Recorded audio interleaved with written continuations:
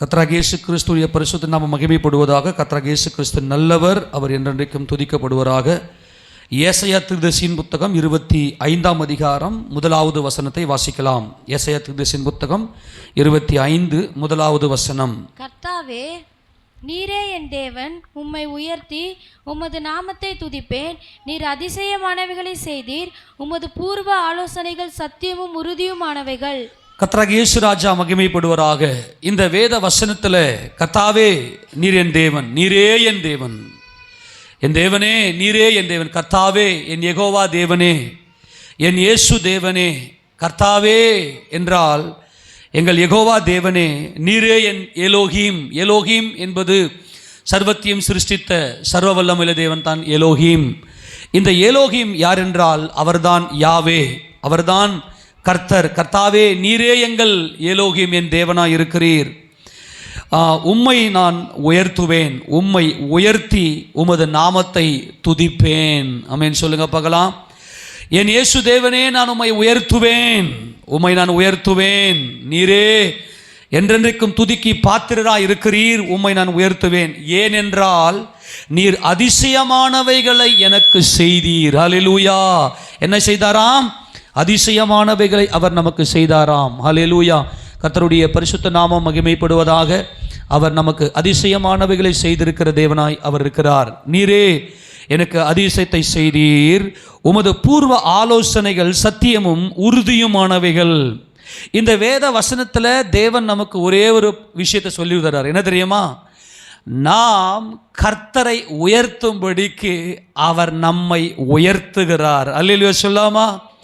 இயேசு ராஜா எதற்காக நம்மை தேடி வருகிறார் என்றால், அவர் சர்வ வல்லவர், அவர் இரக்கமுள்ளவர், அவர் அன்புள்ளவர். தம்மை நோக்கி கூப்பிடுகிற யாவருக்கும் அவர் சமீபமாக இருந்து அவர்களுடைய எல்லா நெருக்கங்களையும் மாற்றி எல்லாவிதமான பாரத்தையும் அவர் விலக்கி அவர்களுக்கு இளைப்பாறுதலையும் சமாதானத்தையும் சந்தோஷத்தையும் அருளுகிறவர்.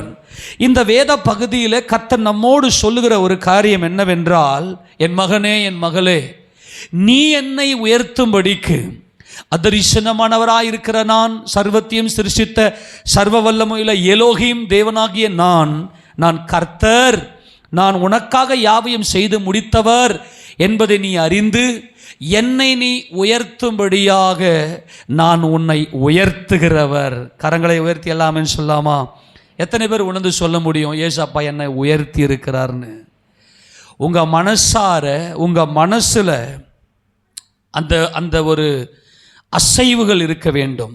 என் கர்த்தர் தான் என்னை உயர்த்தினார், மனுஷன் அல்ல, எந்த மனுஷனும் அல்ல, எந்த பலமோ எந்த பராக்கிரமமோ அல்ல, என் கர்த்தர் தான் என்னை உயர்த்தினார். நான் என் தேவனும் நானும் என்கின்ற ஒரு புத்தகத்தை எழுதும்படியாய் அது ஒரு பைபிள் ஸ்டடியில் உங்களுக்கு நான் அதை 4 மணி நேரம், அதாவது ஒரு நாள் 4 மணி நேரம், ஒரு ஆராதனையில் 4 மணி நேரமாக பல நாட்களாக பல மணி நேரங்களாக அந்த தியாலஜி, அந்த இறையியலை நான் உங்களுக்கு, தேவ தூதர்கள்னால் யார், இந்த உலகம் எப்படி சிருஷ்டிக்கப்பட்டுச்சு, எப்படி பிசாசு விழுந்து போனான், எப்படி தூதர்கள் விழுந்து போனார்கள், அதில் தேவன் எப்படி மனிதனுக்கு மீட்பின் திட்டத்தை வைத்தார் என்பதை குறித்தெல்லாம் நாம் அநேக ரகசியங்களை அந்த நாட்களிலே பார்த்தோம். அதில் மெயின் தாட்ஸ், அதில் மிக முக்கியமான ஒரு காரியம் என்னவென்றால், தேவன் இந்த பிரபஞ்சத்தை சிருஷ்டித்த நோக்கம், அவர் தம்முடைய சர்வ வல்லமையுள்ள கரத்தினாலே அவர் இந்த உலகத்தை சிருஷ்டித்த நோக்கம் என்னவென்றால், அவர் நாமத்துக்கு மகிமையாக. ஆமெனா? தேவன் தம்முடைய நாமத்துக்கு மகிமையாக சகலத்தையும் சிருஷ்டித்தார். அவருடைய நாமத்துக்கு எது மகிமை என்றால் அவருடைய அன்பு. என்னுடைய அன்பை என் பிள்ளைகளுக்கு நான் காண்பிப்பேன், என் பிள்ளைகளை நான் உயர்த்துவேன். அதனாலே அந்த பிள்ளைகள் மனமகிழ்ச்சியினால் கம்பீரிக்கப்பட்டு அதிநிமித்தம் அவர்கள் என்னை உயர்த்துவார்கள். நான் மனுஷர்கள் மத்தியிலே வாசம் பண்ண விரும்புகிறேன். அப்போ மனுஷர்களுக்குள்ளே அவர்கள் என்னை உயர்த்த வேண்டும். நல்லா கவனிங்க. கம்பீர சத்தமாய் பேர் ஓசையுள்ள கைத்தாளத்தோடு நாம் கர்த்தரை உயர்த்த வேண்டும். இதுதான் தேவனுக்கு நாம் செலுத்துகிற துதி. ஆண்டவரே, நான் உம்மை துதிப்பேன், உமது நாமத்தை நான் துதிப்பேன். யாரை துதிப்பேன்? உமது நாமம் இயேசு என்கின்ற அந்த யெகோவாவின் நாமத்தை நான் துதிப்பேன். கர்த்தாவே, நீரே என் தேவன், நீரே என் தேவன், உம்மை உயர்த்துவேன். ஏனென்றால் நீர் என் வாழ்க்கையில் அதிசயத்தை செய்தீர். நான் ஏற்கனவே சொல்லியிருக்கிறேன், அதிசயத்துக்கும் அற்புதத்துக்கும் உள்ள வித்தியாசத்தெல்லாம் நாங்கள் அதிசயம்னா என்ன, மிராக்கல்னா என்ன, ஒண்டர்ஸ்னா என்ன என்பதை குறித்தெல்லாம் நான் சொல்லியிருக்கிறேன். அதிசயம் ஒரே ஒரு விஷயம் சொல்கிற கவனிங்க. இங்கே நாம் சொல்லுகிறோம், இங்கே இந்த வேத பகுதியில் தேவனை நான் உயர்த்துவேன், அவரை நான் உயர்த்துவதற்கு காரணம் என்னவென்றால், என் கர்த்தர் என்னை உயர்த்தி இருக்கிறார். என்னது? நீர் அதிசயமானவைகள் எனக்கு செய்தீர்.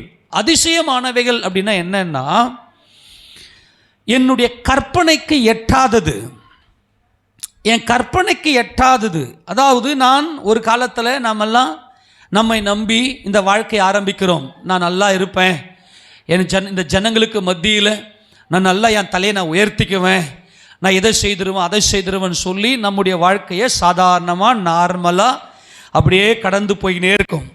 ஆனால் திடீரென்று எந்த பக்கம் திசை திரும்பினாலும் எல்லாமே ஸ்ட்ரகிள், எல்லாமே பார்த்தீங்கன்னாக்கா சொல்லி வச்சா மாதிரி நமக்குன்னே. நம்ம ஆட்கள்லாம் பழமொழியாக சொல்லுவாங்க, பட்டக்கால்லையே படுது.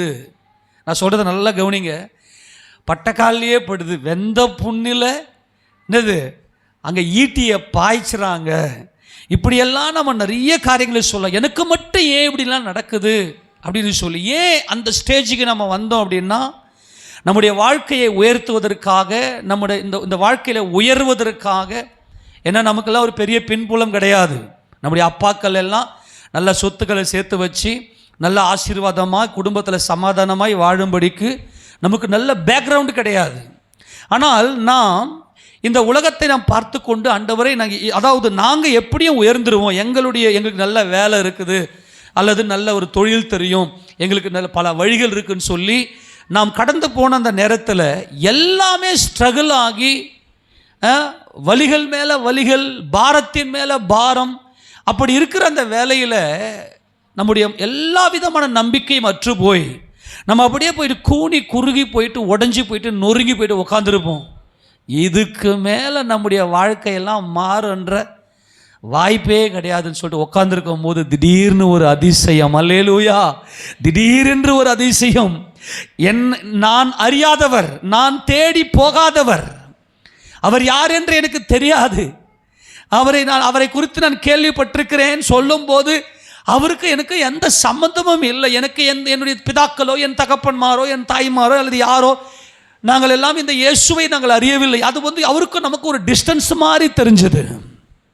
ஆனால் அவருடைய அன்பு, அவருடைய அநாதி ஸ்நேகம், அவருடைய இரக்கம், அவருடைய தயவு, அன்பே உருவாயிருக்கிற அவர் நம்முடைய இருதயத்துக்குள்ளே தேற்றி பயங்கரமான ஒரு அதிசயம் நடந்திருக்கும் நம்முடைய வாழ்க்கையில். ஆண்டவரே, என்ன இது, நான் இது நினச்சி பார்க்கலையே, என் வாழ்க்கை மறுபடியும் தொடங்கும், என் வாழ்க்கை மறுபடியும் பூக்கும், என் வாழ்க்கை மறுபடியும் செழிக்கும், என் வாழ்க்கை மறுபடியும் பூத்து குலுங்கும் என்பதை நான் பார்க்கவே இல்லையே. ஆனால் என் இயேசு இதை செய்தார். எத்தனை பேர் ஆமென் சொல்ல முடியும்? நல்லா கவனிக்கணும். ஏன்னா மாம்சத்தின்படி நம்முடைய லைஃபே, நம்முடைய அஸ்திபாரமே அசைகிறது, நம்முடைய அஸ்திபாரமே அசைகிறது. அடுத்த வேளை நான் உயிராக இருப்பேனா, அடுத்த வேளை நான் உயிராக இருப்பேனா? ஒரே ஒரு காரியத்தை சொல்கிறேன், தேவன் கொடுத்த இந்த ஜீவன் செத்து போயிடலாமா, தூக்கு போட்டுக்கலாமா, இல்லை கரண்ட்டில் போய் கையை வச்சிடலாமா? இப்போ நம்ம ஊரில் நிறைய கிணறுங்க இருக்குது, கிணறுல போய் செத்து போயிடலாமா? அது என்ன நம்பிக்கையே இல்லாமல், அதாவது இந்த இடத்துல தான் அதிசயம் நடந்தால் மட்டுமே, இது அதிசயம் நடந்தால் மட்டும்தான் நான் இருக்க முடியும். நல்லா கவனிங்க, அதிசயம் நடந்தால் மட்டும்தான் நான் இந்த பூமியிலே இருக்க முடியும் என்கின்ற அந்த ஒரு நிலையில் நம்முடைய கர்த்தர் நம்மை தேடி வந்தார், என்னை உயர்த்தினார். ஆமென் சொல்லுங்களேன். ஏன் என்னை அவர் உயர்த்தினார் என்றால், அவரை நான் உயர்த்தும்படிக்கு முதலாவது நல்ல கவனிங்க, நீங்கள் என்னை தெரிந்து கொள்ளவில்லை, நான் தான் உங்களை தெரிந்து கொண்டேன் என்று கர்த்தர் சொல்கிறார். அதுதான் அவருடைய இரக்கம். அதுதான் நான் ஓப்பனாக சொல்கிறேன். என்னுடைய வாழ்க்கையில் கூட பார்த்தீங்கன்னா, நான் ரட்சிக்கப்பட்டு சபைக்குள்ளே கொஞ்ச நாளாக எனக்கு பிரமிப்பாகவே இருந்துச்சு. நானா இது நானா சர்ச்சுக்கு வந்துருக்கிறேன். நான்லாம் அரை மணி நாட்களில் சபைக்கு போகும்போது எனக்கு கொஞ்ச நாள் நான் ரட்சிக்கப்பட்டிருக்கிறேன்னா சபையில் வந்து எப்படி நான் வந்தேன்னு எனக்கே தெரியல. அதான அவருடைய அன்பு. ஒரு ஒரு தகப்பன் தன் பிள்ளையை தன் தோல் மேலே சுமந்து கொண்டு வருகிற வெண்ணமாய். இப்போ கூட அந்த 2005 வருஷத்தை நான் நினைத்து பார்ப்பேன், அடிக்கடி நினச்சி பார்ப்பேன். நான் அந்த உள்ள ஆண்டுக்குள்ள 2005 தான் நான் ஆண்டுக்குள்ளே நான் வந்தேன். அப்போ என் குடும்பத்தோடு நாங்கள் அதை நினைத்து பார்க்கும்போது அந்த ஸ்டேஜில் எந்த பக்கம் திசை திரும்பினாலும் எல்லாமே ஒரு அடைக்கப்பட்ட ஒரு ஸ்டேஜ். ஆனால் என் கர்த்தர் என் வாழ்க்கையில் அதிசயத்தை செய்தார். உண்மையாய் சொல்லுகிறேன், அந்த அதிசயம் என்பது நம்முடைய இருதயத்தில் அப்படி ஸ்ட்ராங்காக உட்காந்துரும். நான் சொல்கிறது நீங்கள் எத்தனை பேருடைய வாழ்க்கையில் இது நடந்திருக்குன்னு எனக்கு தெரியல. நம்பிக்கையே இருக்காது, நமக்கும் அது தெரியாது. கொஞ்சம் நாள் கழித்து தான் நம்ம யோசிப்போம், என்னடா இது நம்ம எப்படி இருந்தோம், இப்போ எப்படி நல்லா இருக்கிறோமே, இப்போ என் வாழ்க்கை ஒரு நல்லா ரன் ஆகுது, நல்லா போகுது, நல்லா செழிக்குது, எல்லா வாசலும் திறக்குது. யார் இது செய்தது? என் கர்த்தர் செய்தார். ஆமேனா? இது நம்முடைய இருதயத்தில் அப்படியே உட்காரும். உண்மையாய் அந்த அதிசயம், அந்த உயர்வு, என் கர்த்தர் வந்து என்னை தூக்கினார், அவர் என்னை தூக்கி விட்ட அந்த கரம் இன்னைக்கு வரைக்கும் அவர் கையில் தான் இருக்கிறேன். அந்த அடையாளம், அந்த அதிசயம், இந்த மிராக்கல், இந்த மார்வெலஸ், அவர் இது ஆச்சரியமான ஒளி, இது ஆச்சரியமான ஒரு அமேசிங் லைட். இந்த லைட் நம்முடைய இருதயத்துக்குள்ள வந்து அதை பண்ணியிருக்கோம் பாருங்க. இவங்களால மட்டும்தான் துதிக்க முடியும், இவங்களால மட்டும்தான் சத்தம் கம்பீரமாய் வரும். ஏன்னா அந்த ஆறுதல் அங்கே உள்ள இருக்கும், உங்களுக்கு அந்த ஆறுதல் இருக்கும் உள்ள. என் கர்த்தரை நான் உயர்த்துவதற்காக என் கர்த்தர் என்னை உயர்த்தினார். நான் வெட்கமே இருக்காது, கூச்சமே இருக்காது. நண்பர்கள் மத்தியில் அல்லது சகோதரர்கள் மத்தியில் அல்லது சொந்தக்காரங்க மத்தியில் இயேசு ராஜானா யாருன்னே தெரியாதவங்க மத்தியிலையும் அவங்களுடைய குரல் எப்படி இருக்கு தெரியுமா? கம்பீரமாக இருக்கும். என் இயேசுன்னுவாங்க. நான் இப்போ சொல்கிறேன், ஒருவேளை உங்களுக்கு நான் உண்மையாக சொல்கிறேன், நான் வந்து எல்லாருடைய பலவீனங்களையும் நான் அறிந்தவன். என்னன்னா பயங்கர பலவீனன். என் கர்த்தர் என் கூட இருந்து என்னை இதுவரைக்கும் நடத்தி கொண்டு வர நான் தகுதி இல்லாதவன், நான் ஒன்றுத்துக்கும் தகுதி இல்லாதவன். இந்த வேதத்தை எனக்கு சொல்லி கொடுத்தவர் என் கர்த்தர், தம்மை வெளிப்படுத்தி கொடுத்தவர் என் கர்த்தர்.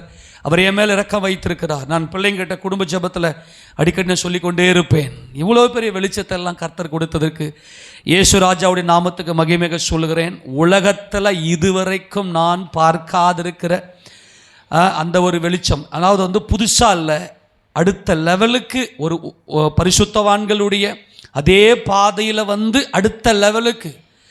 கடந்த வாரத்தில் கூட நான் குடும்ப ஜபத்தில் பிள்ளைகளோடு நான் சொல்லேன், இவ்வளவு பெரிய வெளிச்சத்தை தேவன் நமக்கு கொடுப்பதற்கு நான் எவ்வளவும் தகுதி இல்லை. அவருடைய கிருபை, அவருடைய இரக்கம், அவருடைய தயவு.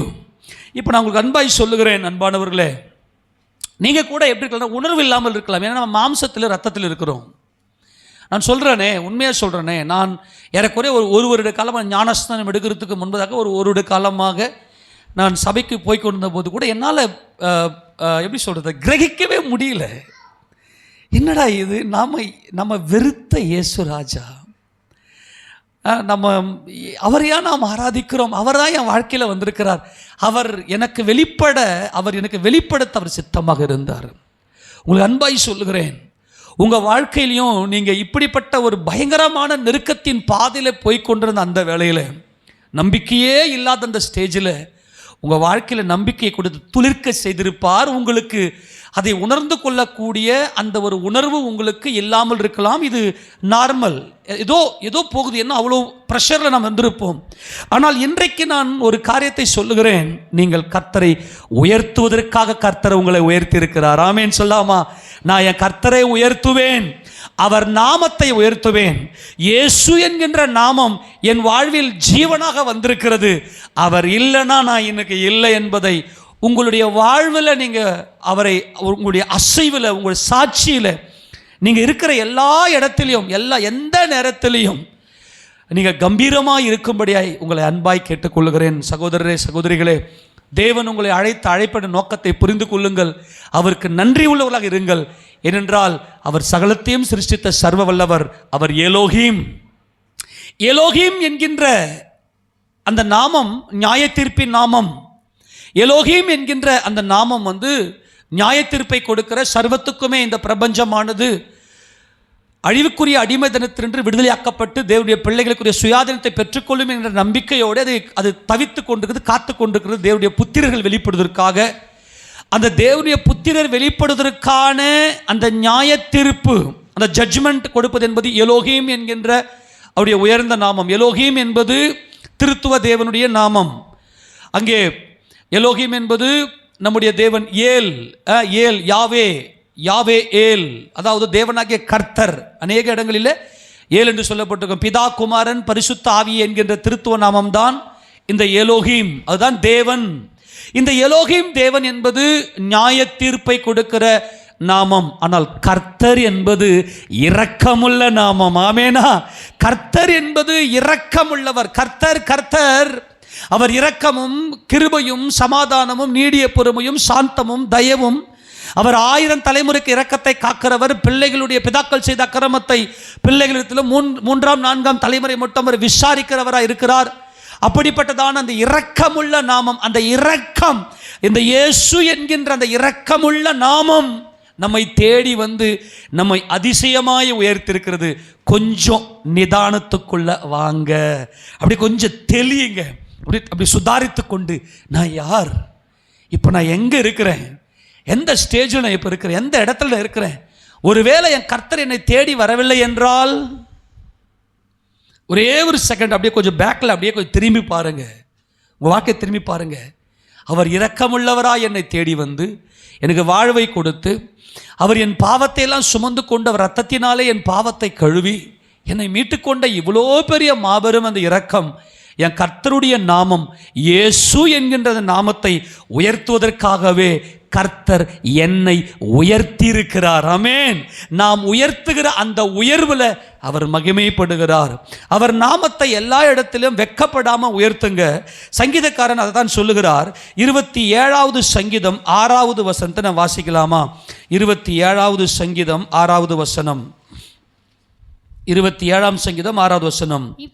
இப்பொழுது என் தலை என்னை சுற்றிலும் இருக்கிற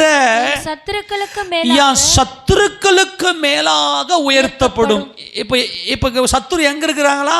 சுற்றிலும் ஒரு வட்டம், ஒரு 360 டிகிரி. நீங்க எந்த பக்கம் திரும்பினாலும் அங்க ஏதோ ஒரு பாயிண்ட், ஏதோ ஒரு முள் உங்களை குத்தி கொண்டே இருக்கும். நல்லா கவனிங்க. இப்போது என் தலை என்னை சுற்றிலும் இருக்கிற என் சத்துருக்களுக்கு மேலாக உயர்த்தப்படும். அதி நிமித்தம் சொல்லுங்க, எது நிமித்தம்? என் தலை உயர்த்தப்படும் அதி நிமித்தம். எல்லாம் கவனி, நல்லா கவனி. நீ சும்மாலாம் இப்போ வெளியில் இருக்கிற யாராச்சும் ஒருத்தர் வாங்க ஆராதனை பண்ணுங்க, நான் ஆராதனை பண்ண போகிறேன், என் கூட சேர்ந்து ஆராதனை பண்ணுங்க, சபையில் ஆராதனை பண்ணுங்கன்னா யாராக என் கூட ஆராதனை பண்ணுவாங்களா? ஆனால் நீங்கள் உட்காந்து என் கூட சேர்ந்து கர்த்தரை நீங்கள் உயர்த்தினா எதி நிமித்தம் என்றால் உங்கள் வாழ்க்கையில் கர்த்தர் அதிசயத்தை செய்திருக்கிறார், உங்களை உயர்த்தி இருக்கிறார். ஆமெனா? எல்லா சத்துருவுக்கும் முன்பதாக உங்கள் தலையை உயர்த்தினபடினாலே என்னோடு கூட சேர்ந்து நீங்கள் கர்த்தரை உயர்த்துகிறீர்கள். அதிநிமித்தம். இல்லைன்னா உங்களால் உயர்த்த முடியாது. சத்தம் எப்படி தெரியுமா வரும் உங்களுக்கு? அப்படியே யார் பார்க்குறாங்க யார் பார்க்கல இதெல்லாம் எனக்கு தேவையில்லை. அடி சும்மா பாட்டுலாம் பிச்சிக்கின்னு வரும். அவரை எந்த இடத்துல இருந்தாலும் அவரை சத்தத்தை உயர்த்தி நல்ல கரங்களை தட்டி, இதைத்தான் எசேக்கியா ராஜா நன்கு அறிந்து கொண்டார். என் கர்த்தர் உயர்ந்தவர். ஆமெனா? ஏன் அவரை நான் உயர்த்த வேண்டும் என்றால் என் கர்த்தர் உயர்ந்தவர், அவர் என்னை உயர்த்தினார். நல்லா கவனிங்க, இந்த வசந்த வாசித்து முடியுங்களேன். அதிநிமித்தம் அவருடைய கூடாரத்தில் நான் ஆனந்த பலிகளை இட்டு கர்த்தரை பாடி அவரை கீர்த்தனம் பண்ணுவேன். ஹல்லேலூயா. இந்த பாடல் என்பது சும்மா இல்லை. நல்லா கவனிக்கணும். நம்முடைய இருதயத்துக்குள்ள ஆராதனை வேளையில் நம்ம எல்லாரும் சேர்ந்து பாடுறோம்.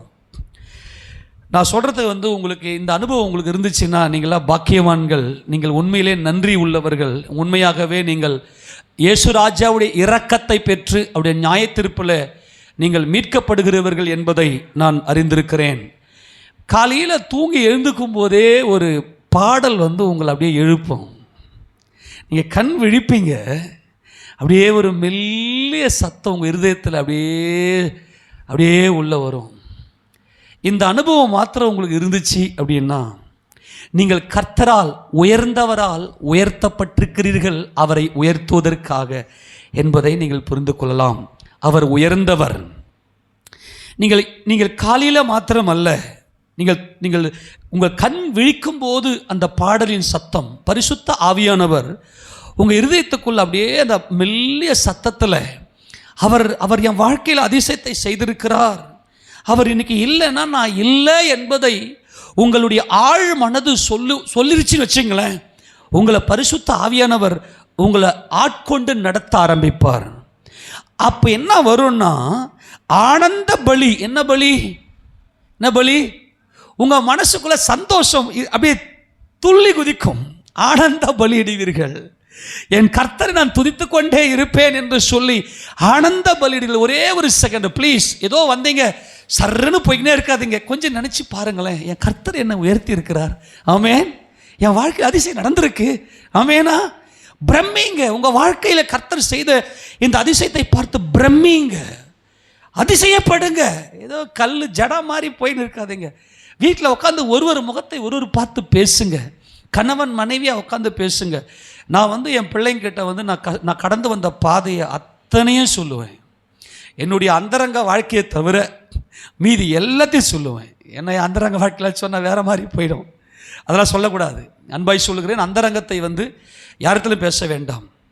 ஆனால் நாம் கடந்து வந்த அந்த பாதையில் நாம் பட்ட வேதனைகளை, கஷ்டங்களை, நம்முடைய பிள்ளை நம்ம பட்ட கர்த்தர் நம்முடைய வாழ்க்கையில் தேடி வந்த அந்த அதிசயத்தை நம்முடைய பிள்ளைங்க பார்த்துருக்க மாட்டாங்க. அப்போ என்ன செய்யணும்னா, பிள்ளைங்க கிட்ட உட்கார வச்சு சொன்னீங்கன்னா மட்டும்தான் அவங்க பிள்ளைங்க தேவனை துதிப்பாங்க. எங்கள் அப்பாவுக்கு ஏன்னா உண்மையிலே சொல்கிறோம், நம்முடைய பிள்ளைங்களாம் ரொம்ப பாசக்கார பிள்ளைங்க. அப்பா அம்மா அவங்களுடைய நலனை விரும்புகிறவங்க பிள்ளைங்க எல்லாருமே பார்த்தீங்கன்னா, எங்கள் அப்பா எங்கள் அம்மா நல்லா இருக்கணும், எங்கள் அப்பா எல்லாம் எங்களுக்காக இருக்கிறாங்களேன்ற உணர்வில் இருக்கிறவங்க. அவங்களுக்கு நீங்கள் பட்ட கஷ்டத்தை சொல்லும்போது கர்த்தருடைய அன்பு புரிய ஆரம்பிக்கும். ஏன்னா அவர் இரக்கமுள்ள தேவன். இன்றைக்கி என்ன பண்ணுறது இல்லை அப்படின்னு சொன்னால், நம்முடைய பிள்ளைகளுக்கு கர்த்தர் நமக்கு செய்த நன்மைகளை அறிக்கை செய்கிறது இல்லை. நீங்கள் சிறு பிள்ளைகள் முதற்கொண்டே நீங்கள் என்ன செய்யுங்கன்னா, அவங்களுக்கு சொல்லிக் கொடுங்க, என் கர்த்தர் நமக்கு எப்படிப்பட்ட காரியத்தை செய்திருக்கிறார் என்பதை பார்த்தோம். ஏன்னா மாம்சத்தின்படி நாம் பாடுபட்டிருக்கிறோம். ஏனென்றால் என் கர்த்தர் உயர்ந்தவராக இருக்கிறதுனால அவர் என்னை உயர்த்தி இருக்கிறார். ஏனென்றால் நான் அவரை உயர்த்தும்படிக்கு, அவர் நாமத்தை உயர்த்தும்படிக்கு, இயேசுன்ற நாமத்தை சொல்லுங்க. எல்லா இடத்துலையும் அந்த நாமத்தை உச்சரிங்க. இன்னைக்கு நிறைய சபைகளில் ஜென்ரல் ஃபார்ம் பண்ண ஆரம்பிச்சிட்டாங்க. எனக்கு கடவுள் உதவி செய்தார், பிரைஸ் த லார்டுன்னு சொல்கிறதே கூட பார்த்தீங்கன்னா, அவனை ஒன்றா சொல்ல, லார்டு கிருஷ்ணான்னுவான், லார்டு சிவான்னுவான், லார்டு புத்தான்னுவான், இப்படி லார்டு ஜெயினான்னுவான். எல்லாத்தையும் லார்டு தான் சொல்லுவான். நான் என்ன சொல்கிறேன், அந்த லார்டு நம்முடைய ஆண்டவராக இயேசு கிறிஸ்து, ஜீசஸ் கிரைஸ்ட்னு சொல்லுங்கள். இயேசுன்ற பேரை உயர்த்துங்க. அவர் இல்லைன்னா இன்றைக்கி நான் இல்லை. என்னை தேடி அவர் தம்முடைய மகிமையெல்லாம் திறந்து தம்மைத்தாமே வெறுமையாக்கி அடிமையின் ரூபம் எடுத்தவர் மனுஷர் சாயலாகி மரண பரியந்தம் எனக்காக தம்மைத்தாமே தாழ்த்தி ஒப்பு கொடுத்த என் இயேசு ராஜாவை நான் உயர்த்துவேன். அவரை நான் துதிக்கும் போது ஆனந்த பலிகளை இடுவேன். அந்த ஆனந்த பலி எப்பனா உன் வாழ்க்கையில் அதிசயத்தை நீ உணர வேண்டும். நீ எப்படி இருந்த? அன்பாய் சொல்லுகிறேன், எல்லாருக்குள்ள சுயநலம் இருக்கிறது. எல்லாருமே நமக்கு எல்லா ஏற்ற வேளையில் எல்லா நேரத்திலும் நமக்கு உகந்தவர்களாக இருக்க மாட்டாங்க. நம்ம புறம்பே தள்ளப்பட்டிருப்போம், ஒதுக்கப்பட்டிருப்போம். அப்பொழுதெல்லாம் கர்த்தர் நம்மை தேற்றி இருப்பார். அதை தயவு செய்து உணருங்க. கொஞ்சம் பேக்கில் திரும்பி பாருங்க, உங்கள் கண்ணில் கண்ணீர் வரும். நீங்கள் தயவு செய்து ஒரு சொட்டு கண்ணீராவது அவருக்கு காணிக்க செலுத்துங்க. நான் அன்பாய் கேட்டுக்கொள்கிறேன், ஒரு சொட்டு கண்ணீராவது அவருக்கு காணிக்கையாக செலுத்துனீங்கன்னா உங்கள் மனசுக்குள்ளே நீங்கள் அவரை துதிக்கிறீங்க, அவரை உயர்த்தி இருக்கிறீங்க, அவரை துதிக்கிறீங்க. போய் நினச்சி பாருங்கள், ஆண்டவரே நீங்கள் மாத்திரம் இல்லை என்றால், நீர் மாத்திரம் என்னை தேடி வராதிருந்தால், உம்முடைய இரக்கத்தை மாத்திரம் எனக்கு கிடைக்காதிருந்தால் நான் என்ன செய்திருப்பேன்? அப்போ அதிநிமித்தம் என் தலை உயர்த்தப்பட்டது, எது நிமித்தமே கர்த்தரை உயர்த்துகிறேன் அது நிமித்தம். இன்னொரு வசனத்தை வாசிங்க, 107ஆம் சங்கீதத்தில். 107ஆம் சங்கீதத்தில் அவர் எப்படி நம்மை உயர்த்தினார்? 107வது சங்கீதத்தில்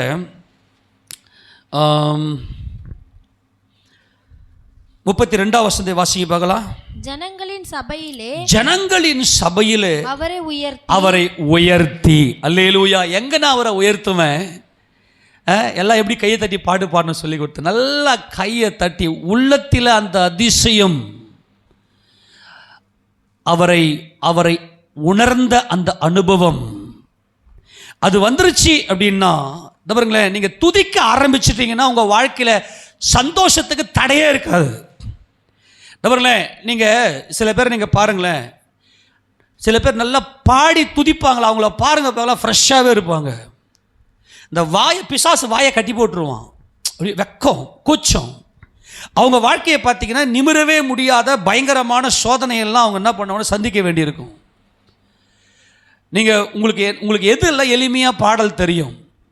பாடல் பாடும்போது குறைஞ்சது நம்ம எல்லா ஸ்டான்ஸாவையும் குறைஞ்சது 2 முறையாவது பாடி அந்த வரிகளை நீங்கள் உணரத்தக்கதாய் உங்கள் வாழ்க்கை இது நடந்திருக்கும். ஏன்னா பரிசுத்த ஆவியானவரால் அந்த பாடல்களை தேவன் நமக்கு கொடுத்து நம்மை நடத்துகிறார்.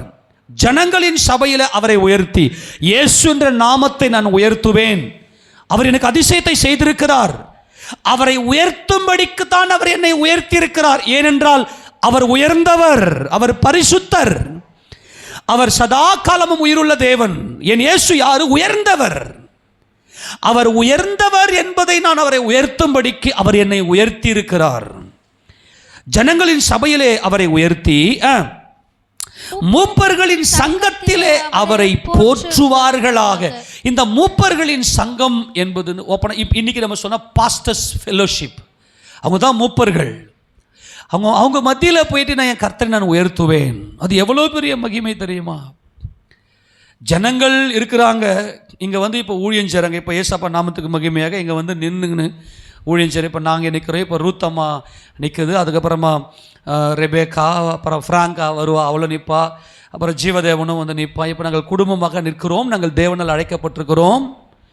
நீங்கள் எங்களுக்கு முன்பதாக உயர்த்துவது என்பது மூப்பர்களின் சங்கம் என்பது இதுதான். அழைக்கப்பட்ட தேவனால் அழைக்கப்பட்டு தேவனுடைய கரத்தில் பாத்திரமாய் பயன்படுத்தி கொண்டு, அதே போல் பாஸ்டர் வருவார், பாஸ்டரும் சில பேரை கூட்டின்னு வருவார். இப்போ அவங்க மத்தியிலலாம் தேவனை ஆராதனை செய்வது என்பது மூப்பர்களின் சங்கத்தில் அவரை போற்றுவார்களாக. நாம் அவரை போற்ற வேண்டும். ஏன் தெரியுமா? அவர் என்ன செய்தார்? வாசிங்க 35 வாசிங்க பார்க்கலாம். அவர் அவாந்தர வெளியை தண்ணீர் தடாகமாகவும் வறண்ட நிலத்தை உண்மையா சொல்லுங்க பார்க்கலாம். எத்தனை வறட்சி நம்முடைய வாழ்க்கையில. அவர் என்னை தேடி வந்த போது யாராக எனக்கு ஹெல்ப் பண்ணுவாங்களா? நான் மறுபடியும் நான் உயிர்ப்பிப்பேனா? அந்த ஸ்டேஜில் தான் என் கர்த்தர் இரக்கம், கர்த்தாவே இரக்கமே, உமது இரக்கம், நீரே என் தேவன். அந்த நியாயத்தீர்ப்பு நாளிலே ஆண்டவரே உம்முடைய நீதியின்படியாய் என்மேல் இரக்கமாய் இருப்பீர், உம்மை உயர்த்தி உமது நாமத்தை நான் துதிப்பேன். ஏனென்றால் நீர் வறண்ட நிலத்தை, அதாவது அவாந்தர வெளியிலே எனக்கு தண்ணீர் தடாகத்தை உண்டு பண்ணி. அவாந்தரம், ஒரு நம்பிக்கையும் இல்லை, வறட்சி என் வாழ்க்கையில் ஒரு வறட்சி. அந்த வறட்சி நிமித்தமாய் நம்முடைய எலும்புகள் எல்லாம் அப்படியே, அந்த எலும்பில் இருக்கிற அந்த ஊன் எல்லாம் அப்படியே வறண்டு போயிடும். வறண்டு போயிருச்சுன்னா தூக்கமே வராது. தூக்கம் இல்லாமல் தவிச்சிருப்பீங்க நிறைய பேர். ஒரே ஒரு விஷயத்தை சொல்கிற கவனிங்க, யாரால கர்த்தருடைய அதிசயத்தை உணர்ந்து கொள்ள முடியும் என்றால் தூக்கம் இல்லாமல் தவிச்சிருப்பாங்க. இப்போ நான் என்னுடைய பாடியை நான் கொஞ்சம் ரொம்ப ஜாக்கிரதையாக ட்ரீட் பண்ணுவேன். அதில் இப்போ பார்த்தீங்கன்னா ரொம்ப உடம்பு தூக்கம் வந்துக்கினே இருந்துச்சுன்னா உடம்புல கொஞ்சம் நிறைய தண்ணி இருக்குன்னு அர்த்தம். உடனே என்ன பண்ணும், கொஞ்சம் ஹீட்டாக வச்சு சாப்பிட்டு அந்த தண்ணியை கொஞ்சம் வத்த பார்ப்பேன். சில வேலைகளில் பார்த்தோன்னா நைட்டெல்லாம் முடிச்சுக்கினே இருப்போம், தூக்கமே வருது, ரொம்ப உடம்பு ரொம்ப பாடி ஹீட் ஆகிட்டு இருக்கும். நம்முடைய எலும்பில் இருக்கக்கூடிய அந்த சாரம் வற்றும். நம்முடைய மனசுக்கும் நம்முடைய பாடிக்கும் டைரக்ட் லிங்க் இருக்குது. நம்முடைய மனசு என்னென்ன பாதிப்பெல்லாம் அனுபவிக்குதோ அத்தனையும் சரீரத்தில் அப்படியே பாதிப்பு கொடுத்துரும். நல்லா கவனிங்க, எத்தனையோ பேர் தூக்கம் இல்லாத அளவுக்கு உங்களுடைய வாழ்க்கையை வறண்டு இருக்கும். தூக்கமே இல்லை என்கின்ற அளவுக்கு வாழ்க்கை வறண்டிருக்கும். நீங்கள் இந்த அதிசயத்தை இன்னைக்கு நல்லா நிம்மதியாக தூங்குறீங்க.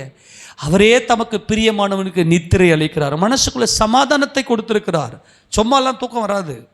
உலகத்தை இன்னைக்கு போதையில் ட்ரக் அடிச்சு தூங்குறான். அந்த தூக்கமெல்லாம் அது வீணா போகிற தூக்கம். அது வறண்ட நிலத்தில் அவருடைய பெயர் எழுதப்பட்டிருக்கிறது. ஆனால் ஜீவ புஸ்தகத்தில் பெயர் எழுதப்பட்டிருக்கிற நமக்கு கர்த்தர் அவர் அவாந்தர வெளியை தண்ணீர் தடாகமாகவும் வறண்ட நிலத்தை என்ன பண்ணாராம், நீர் ஊற்றுகளாகவும் மாற்றி பசித்தவர்களை அங்கே குடியேற்றுகிறார். அங்கே அவர்கள் குடியிருக்கும் நகரத்தை கட்டி வயல்களை உண்டாக்கி விதைத்து, ஆமெனா, நம்முடைய வாழ்க்கை விதைத்து என்ன நடந்துச்சு, திராட்சை தோட்டங்களை நாட்டுகிறார்கள்.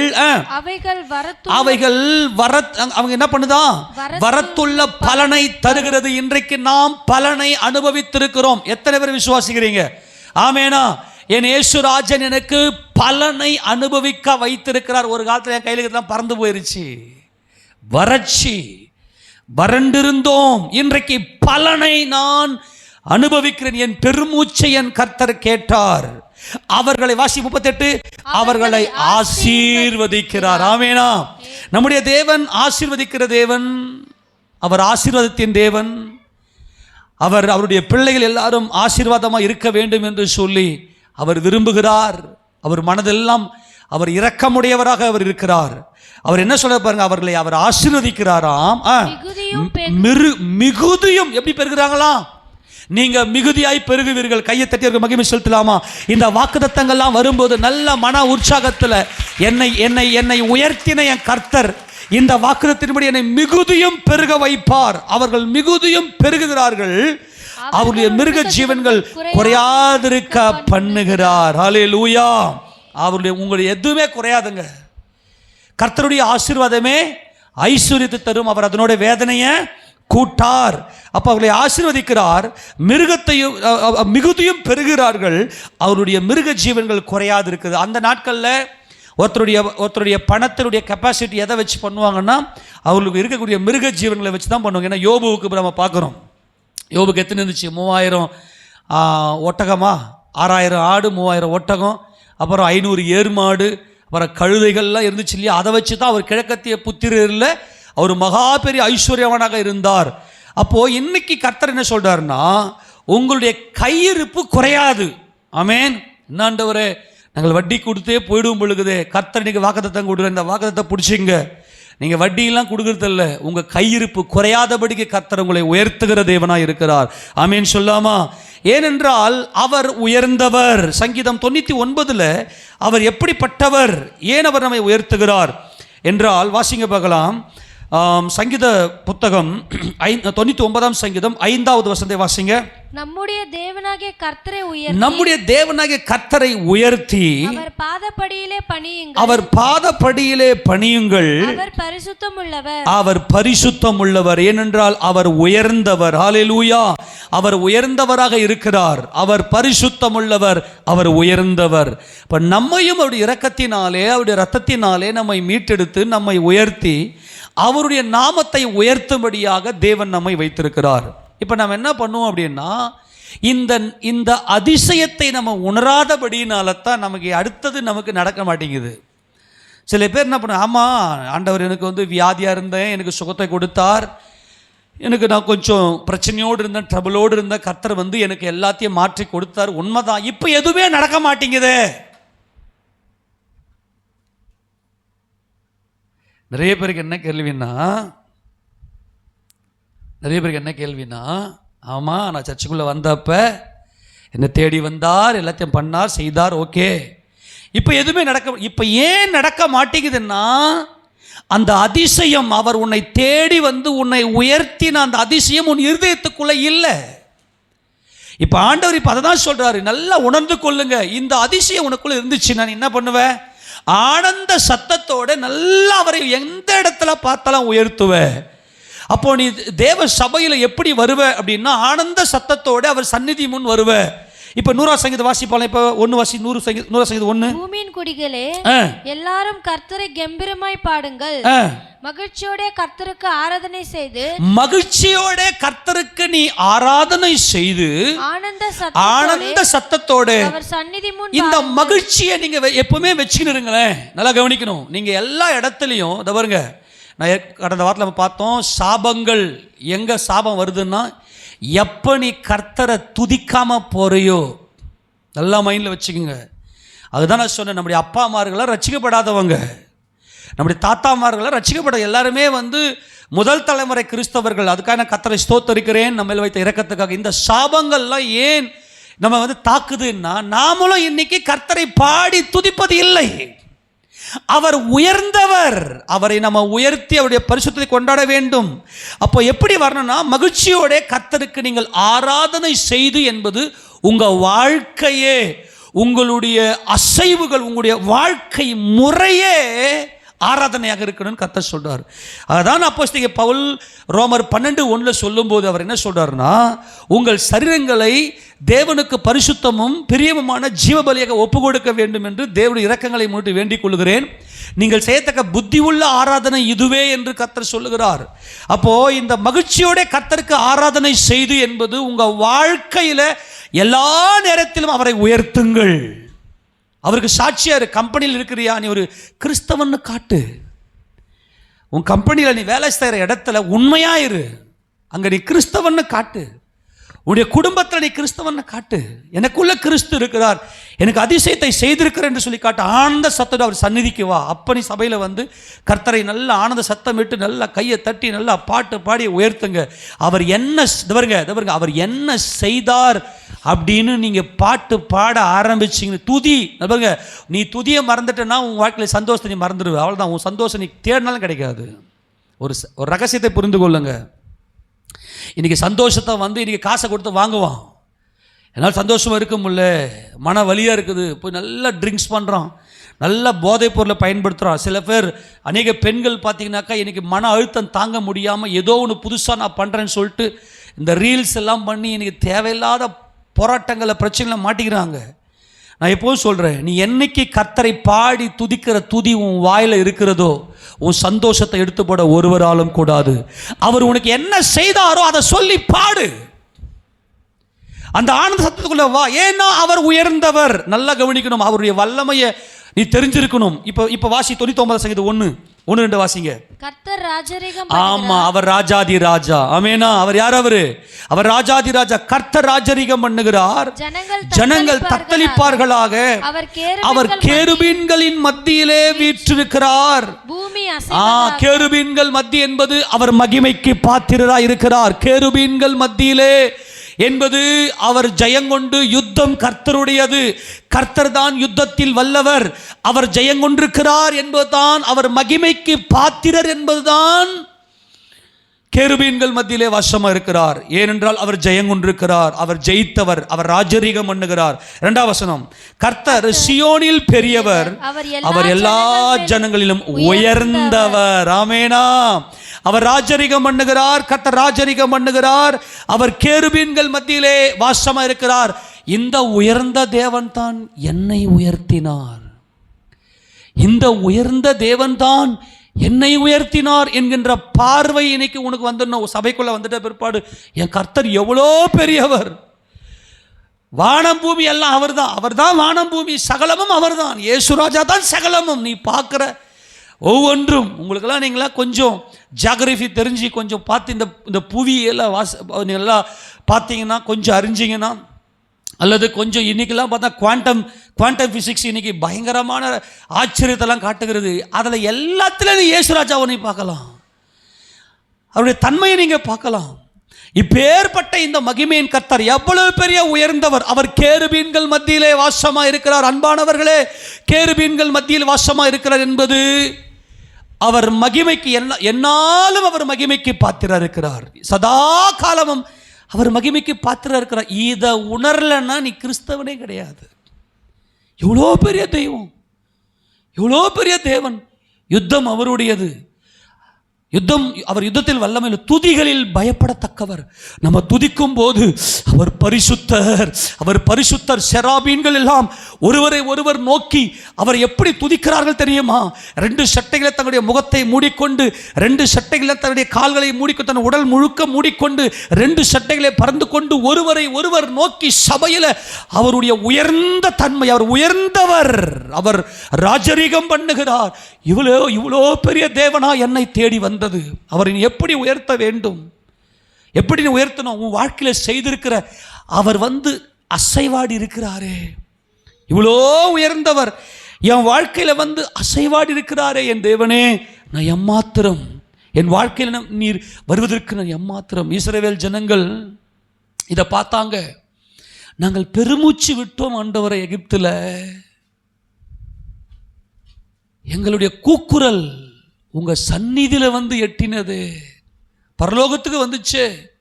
அப்ப பெருந்தொனியாய் கூப்பிட்டுருக்குறாங்க. பரலோகத்துக்கு போகுது, நம்முடைய சத்தம் பரலோகத்துக்கு போகுது அப்படின்னா இவர்கள் தங்களுடைய பெருந்தொனியாய், நெடுந்தொனியாய், பேர் ஓசையாய் கர்த்தரை இவர்கள் கூப்பிட்டிருக்கிறார்கள். நான் நினைக்கிறேன் இஸ்ரவேல் ஜனங்கள் அதனால்தான் கர்த்தரை பாடி துதிச்சாங்க. அவங்க செங்கடலை கடந்து வெளியே வந்ததுமே அவர் செய்த இந்த அதிசயத்தை நம்ம உண்மையிலே சொல்கிறேன். கடல் 2 பிளக்குமா? கற்பனை பண்ண பாருங்க. எந்த ஒரு மனுஷனாலேயாவது அல்லது ஏதோ ஒரு இயற்கையினால கடல் 2 பிளக்குமா என்பதை சிந்தித்து பாருங்கள். கடல் பிளந்து வரல அப்படின்னா இந்த பார்வோனும் அவன் சேனையும் இஸ்ரவேலர்களை அங்கேயே வனாந்தரத்திலே சாகடித்திருப்பார்கள், அங்கேயே செத்திருப்பாங்க. ஆனால் இன்றைக்கு நாங்கள் பிழைத்திருப்பது, இன்றைக்கு இந்த வனாந்தரத்தில் இந்த கடலை தாண்டி நாங்கள் பிழைத்திருப்பது, எங்களை பின்தொடர்ந்து வந்த இந்த பார்வோனும் அவனுடைய சேனையும் என் கர்த்தர் செங்கடலிலே மூழ்கடித்தார் என்பதை அவருடைய வாழ்க்கையில கண்ட அதிசயத்தை அவங்க மாம்சீக ரீதியாய் நாங்கள் இருப்போமா? எங்கள் வாழ்க்கை, எங்கள் பிள்ளைகளுடைய வாழ்க்கை இப்படி தான் கழிந்து போயிடுமா என்பதை நினைத்து கர்த்தரை நோக்கி அவர்கள் கம்பீர சத்தமாய், நெடுந்தொனியாய், பேர் ஓசையாய் அவரை கூப்பிட்டிருக்கிறாங்க. ஏசப்பா, எங்கள் பிதாக்களின் தேவனே, யெகோவா தேவனே, யெகோவாவே எங்களுக்கு இறங்க மாட்டீரா என்று சொல்லி இஸ்ரவேலர்கள் அப்படி கூப்பிட்டதுனால்தான் இந்த கடல் அதிசயம். நல்லா கவனிங்க. நீங்கள் சங்கீத புத்தகத்தெல்லாம் பார்த்தீங்கன்னா இவங்க எதை பாடுவாங்க, சங்கீதத்தில் என்ன பாடினாங்க தெரியுமா? நீங்கள் 100ஆம் சங்கீதத்தை தாண்டி நீங்கள் வாசித்தீங்கன்னா எல்லாத்தையுமே பார்த்தீங்கன்னா எங்கள் செங்கடலை பிளந்து ஆண்டவரே எவ்வளவு பெரிய அதிசயம் ஆண்டவரே. ஆமேனா? நாம் இன்றைக்கு உயிர் வாழ்வதற்கும் காரணம் அதிசயம். எது? இயற்கைக்கு அப்பாற்பட்ட காரியம். நான் இன்றைக்கு உயிர் வாழ்வது, என் குடும்பம் இன்றைக்கு உயிர் வாழ்வது. அவங்க என்ன செய்தாங்கன்னா நல்லா பாடி துதிச்சாங்க.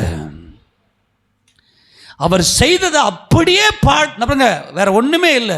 நீங்க கர்த்தர் உங்களுக்கு செய்ததை அப்படியே சொல்லி துதிங்க, அப்படியே சொல்லுங்க. என் வாழ்க்கையில ஆண்டவர் என்ன செய்திருக்கிறார் என்பது என்னைக்கு உங்க வாழ்க்கையில துதி பிறக்குதோ உங்களை சத்துரு தொடவே முடியாது. இஸ்ரவேல் ஜனங்களுக்கு பகலிலே மேகஸ்தம்பமும் இரவிலே அக்னி ஸ்தம்பம் அவர்களை பாதுகாத்த பாதுகாப்புக்கான காரணம் என்னவென்றால் இவர்கள் கரை ஏறின உடனே துதிக்க ஆரம்பித்தார்கள். நான் மறுபடியும் சொல்லுகிறேன், ஒரே ஒரு சீக்ரெட்டை புரிந்து கொள்ளுங்க. நீங்கள் அந்த அரேபியா வனாந்தரத்தில் அந்த சீன் வனாந்தரம், சீனாய் வனாந்தரம், ஷீன் வனாந்தரம் இதெல்லாம் நிறைய இருக்குது. அதில் அந்த வனாந்தரத்தை நீங்கள் பார்த்தீங்கன்னா பகலில் நீங்கள் காலையே வச்சு நடக்க முடியாது, அப்படி வெயில் சுட்டெரிக்கும். ஏன்னா அதெல்லாம் வனாந்தர பூமி. அங்கெல்லாம் ஒரு விதமான ரசாயனங்கள் அந்த மண்ணில் இருக்கும். அந்த வெயிலில் பார்த்தீங்கன்னா கொப்பளம் வந்துடும். நீங்கள் உச்சி வெயிலெலாம் அங்கே போனால் அப்போல்லாம் பார்த்தீங்கன்னா ஒட்டகங்களை ஏற்றி கொண்டு மேலே நல்லா போர்வையை போர்த்தி கொண்டு தான் என்ன செய்வாங்கன்னா அந்த பாலைவனத்தில் கடக்க முடியும். அதே மாதிரி நைட்டில் பார்த்தீங்கன்னாக்கா குளிர் உறைய வச்சிடும், அந்த மாதிரி அங்கே குளிர் இருக்கும். ஆனால் நல்லா கவனிங்க, இஸ்ரவேல் ஜனங்களுக்கு பகலிலே மேகஸ்தம்பமும் இரவிலே அக்னி ஸ்தம்பமும் அந்த வனாந்தரத்தில் அவர்களை பாதுகாத்து அவர்கள் மேலே நின்னதுக்கு காரணம் என்ன தெரியுமா? இஸ்ரவேலர்களுடைய வாயில இருந்த துதி. அவங்க உடனே கர்த்தர் எனக்கு என்ன செய்தார், உயர்ந்தவர் ராஜரிகம் பண்ணுகிற கேருபீன்கள் மத்தியிலே வீற்றிருக்கிற, கேருபீன்கள் மத்தியிலே வாசமாய் இருக்கிற என் கர்த்தர் எங்களுக்கு என்ன செய்தார் என்பதை அவர்கள் கண்டு அதை அறிக்கை செய்து துதித்தார்கள். உங்க வாழ்க்கையில துதி வந்துருச்சுனாவே உங்களுக்கு ஒரு பாதுகாப்பு வந்துடும். உங்களையே மீறி ஒரு பாதுகாப்பு உங்களை சூழ்ந்து கொள்ளும். நீங்க மட்டும் துதிச்சு பாருங்களேன். அந்த வசந்த எடுத்து வாசிக்க பார்க்கலாம். என்ன எப்படி பாடி துதிச்சாங்க? யாத்திராகமம் 15ஆம் அதிகாரத்தை நம்ம இன்னைக்கு ஃபுல்லாக வாசிக்க போகிறோம். நல்லா கவனிங்க. இவர்களுடைய துதியினுடைய ஹைலைட்டை எங்கே இருக்குது தெரியுமா? 15ஆம் அதிகாரம் 11ஆம் வசனம் முதல்ல வாசிங்களேன். 11 யாத்திராகமம் 15:11. கர்த்தாவே, தேவர்களில் உமக்கு ஒப்பானவர் யார்? பரிசுத்த மகத்துவம் உள்ளவரும் பரிசுத்தத்தில் மகத்துவம் உள்ளவரும் துதிகளில் பயப்படத்தக்கவரும். நல்லா கவனிங்க. நீரே கர்த்தாவே, நீரே, நீரேன்னா உமக்கு ஒப்பானவர் யார்? நீர் மாத்திரமே உயர்ந்தவர். கர்த்தாவே, தேவர்களில் உமக்கு ஒப்பானவர் யார் அப்படின்னு துதிக்கிறாங்க.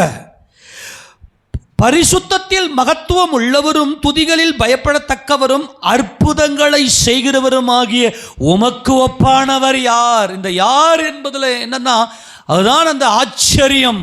அந்த ஆச்சரியமானவர் இவ்வளோ பெரிய தேவனா, இவ்வளோ பெரிய உயர்ந்த தேவனா எங்களை உயர்த்தினார். எகிப்தியரின் கைக்கு, பார்வோனின் கைக்கு எங்களை விடுதலையாக்கி எங்களை உயர்த்தினவர் இவ்வளோ பெரிய தேவனா. அவரை கண்டு நீங்க ஆச்சரியப்படுங்க. சபையிலே மூப்பர்களின் மத்தியிலே நான் அவரை உயர்த்துவேன். ஏனென்றால் அவர் வறண்ட நிலத்தை தண்ணீர் தடாகமா என்னை மாற்றி என் வாழ்க்கையில் ஒரு செழிப்பை கொடுத்தவர், என் உஷ்ணத்தை மாற்றினவர், என் வாழ்க்கையில் நீரூற்றை கொடுத்தவர்.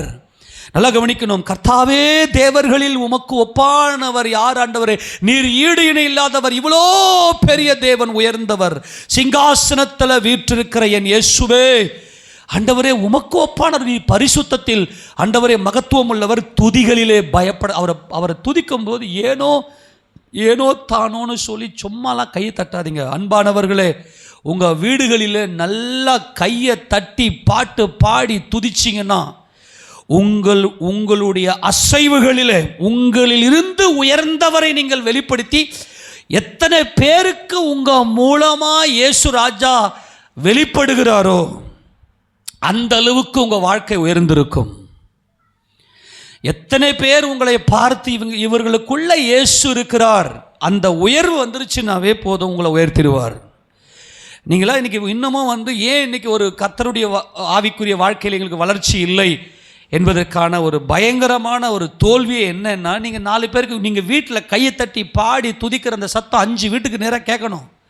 டெய்லி உங்கள் வீட்டில் அந்த பாடல் சத்தம் துதிக்க, உங்கள் வீட்டில் துதியின் சத்தம் கேட்டுச்சுன்னா எந்த ஒரு புலம்பலும் உங்கள் வீட்டில் கேட்காது. கை தட்டுற அந்த கை ஓசை அவ்வளவு பெரிய பவர்ஃபுல். 10 நரம்பு வீணையினாலே என் கர்த்தரை துதிப்பேன். இவங்க எல்லாம் என்ன பண்ணாங்க? மிரியாம் தம்புர் எடுத்து வாசித்தாள். மிரியாம் தம்புர் எடுத்து வாசித்து கர்த்தரை உயர்த்தினாள். ஆனால் முழு இஸ்ரவேலர்களும் மோசையும் சேர்ந்து இந்த பாட்டை எப்படி பாடுறாங்க பாரு. எவ்வளோ பெரிய தேவன்! கர்த்தாவே, தேவர்களில் உமக்கு ஒப்பானவர் யார்? துதிகளில் அதாவது பரிசுத்தத்தில் மகத்துவம் உள்ளவரும் துதிகளிலே பயப்படத்தக்கவர். துதிகளிலே பயப்படத்தக்கவர் என்பது பயத்துடனே கர்த்தரை சேவியுங்கள், நடுக்கத்துடனே கலிகூறுங்கள். நான் அப்படி சில பேர் பார்த்தீங்கன்னா, கர்த்தர் எனக்கு இப்படி பண்ணார் அப்படி பண்ணார் சொல்லிட்டு மனசை ஒரு மாதிரி பண்ணுவாங்க. நீ கர்த்தருடைய சமூகத்தில் கலிகூறத்துக்கு கூட பயம் இருக்கட்டும் என்று கர்த்தர் சொன்னா, அவர் அவ்வளவு உயர்ந்தவர். அவர் கேருபீன்கள் மத்தியிலே வாசமா இருக்கிறவர். இவங்க என்ன பண்ணாங்க? நல்லா கவனிங்க. இஸ்ரவேல் ஜனங்களுக்கு பாதுகாப்பும் பராமரிப்புமாய் இந்த யெகோவா தேவன் அவர்களை பாதுகாத்ததுக்கான காரணம் என்ன தெரியுமா? அவர் செய்த அதிசயத்தை பார்த்தார்கள். அதிசயத்தை பார்த்தவங்க மனசுக்குள்ள, நாங்கள் அங்கேயே மடிஞ்சிருப்போமே ஆண்டவரே, அல்லது செங்கடல் எங்களை நாங்கள் பார்வோன் கைக்கு தப்பிக்கணும்னு சொல்லி நாங்கள் போகணும்னு நினச்சி வந்தோம்னா, செங்கடல் நாங்களும் எங்கள் பிதாக்களும் எங்கள் பிள்ளைகளும் இந்த செங்கடலிலே நாங்கள் மாண்டிருப்போமே. உண்மையா இல்லையா? நான் தான் கேட்குறேன். உங்கள் வாழ்க்கையில் கர்த்தர் வரலன்னா நீங்கள் மாண்டிருப்பீர்கள். அவருக்கு நன்றி சொல்லுங்க. இவங்க என்ன சொல்கிறாங்க? நானே வாசிக்கிறேன், நமக்கு நேரம் இல்லைன்னா நானே வாசிக்கிறேன். எல்லாம் சேர்ந்து வாசிக்கலாமா? 15ஆம் அதிகாரம் 1 அப்பொழுது மோசேயும் இஸ்ரவேல் புத்திரனும் கர்த்தரை புகழ்ந்து பாடின பாட்டு. என்ன பண்ணாங்க? கர்த்தர் என்ன பண்ணாங்க? புகழ்ந்தார்கள். அவர் எவ்வளோ பெரிய தேவன். தயவுசெய்து சொல்ற, அவரை புகழுங்க. என் ராஜா, என் இயேசு ராஜா, என் பெரியவர், உயர்ந்தவர், சிறந்தவர், ஈடு இணை இல்லாதவர், மகத்துவம் உள்ளவர், வல்லமை உள்ளவர், பராக்கிரமம் உள்ளவர். அவர் என்னெல்லாம் சொல்லி துதிக்கணுமோ அவரை துதிங்க. உங்கள் வாழ்க்கையில் அவர் இடைப்பட்டிருக்கிறார். அவர் என்ன சொல்கிறார் பாருங்க. அவர் எப்படி பாடினாங்க அவங்க எல்லாம் பாருங்க. அவர் மகிமையாய் வெற்றி சிறந்தார், குதிரையும் குதிரை வீரனையும் கடலிலே தள்ளினார். கர்த்தர் என் பெலனும் என் கீதமும் ஆனவர், அவர் எனக்கு ரட்சிப்பும் ஆனவர், அவரே என் தேவன். மறுபடியும் இங்கே சொல்கிறாங்களா, கர்த்தாவே நீரே எங்கள் தேவன், உம்மை உயர்த்தி உம்மை துதிப்பேன். 25ஆம் அதிகாரம் ஏசாயா 1ஆம் வசனம் அதான் வாசித்தோம். என் கர்த்தாவே அவரே என் தேவன், அவருக்கு வாசஸ்தலத்தை ஆயத்தம் பண்ணுவேன், அவரே என் தகப்பனுடைய தேவன், அவரை உயர்த்துவேன். கர்த்தரே யுத்தத்தில் வல்லவர், கர்த்தர் என்பது அவருடைய நாமம். ஆமென் சொல்லுங்க. உங்களுக்கு வரக்கூடிய அத்தனை யுத்தத்தையும் கர்த்தர் செய்வார். அதை இஸ்ரவேலர்கள் நன்கு அறிந்தார்கள். நாங்கள் ஒன்றுமே பண்ண முடியாது, யுத்தமெல்லாம் அவர் செய்கிறவர் தான். பார்வோனின் ரதங்களையும் அவன் சேனைகளையும் சமுத்திரத்தில் தள்ளிவிட்டார். அவனுடைய பிரதான அதிபதிகள் சிவந்த சமுத்திரத்தில் அமிழ்ந்து போனார்கள்.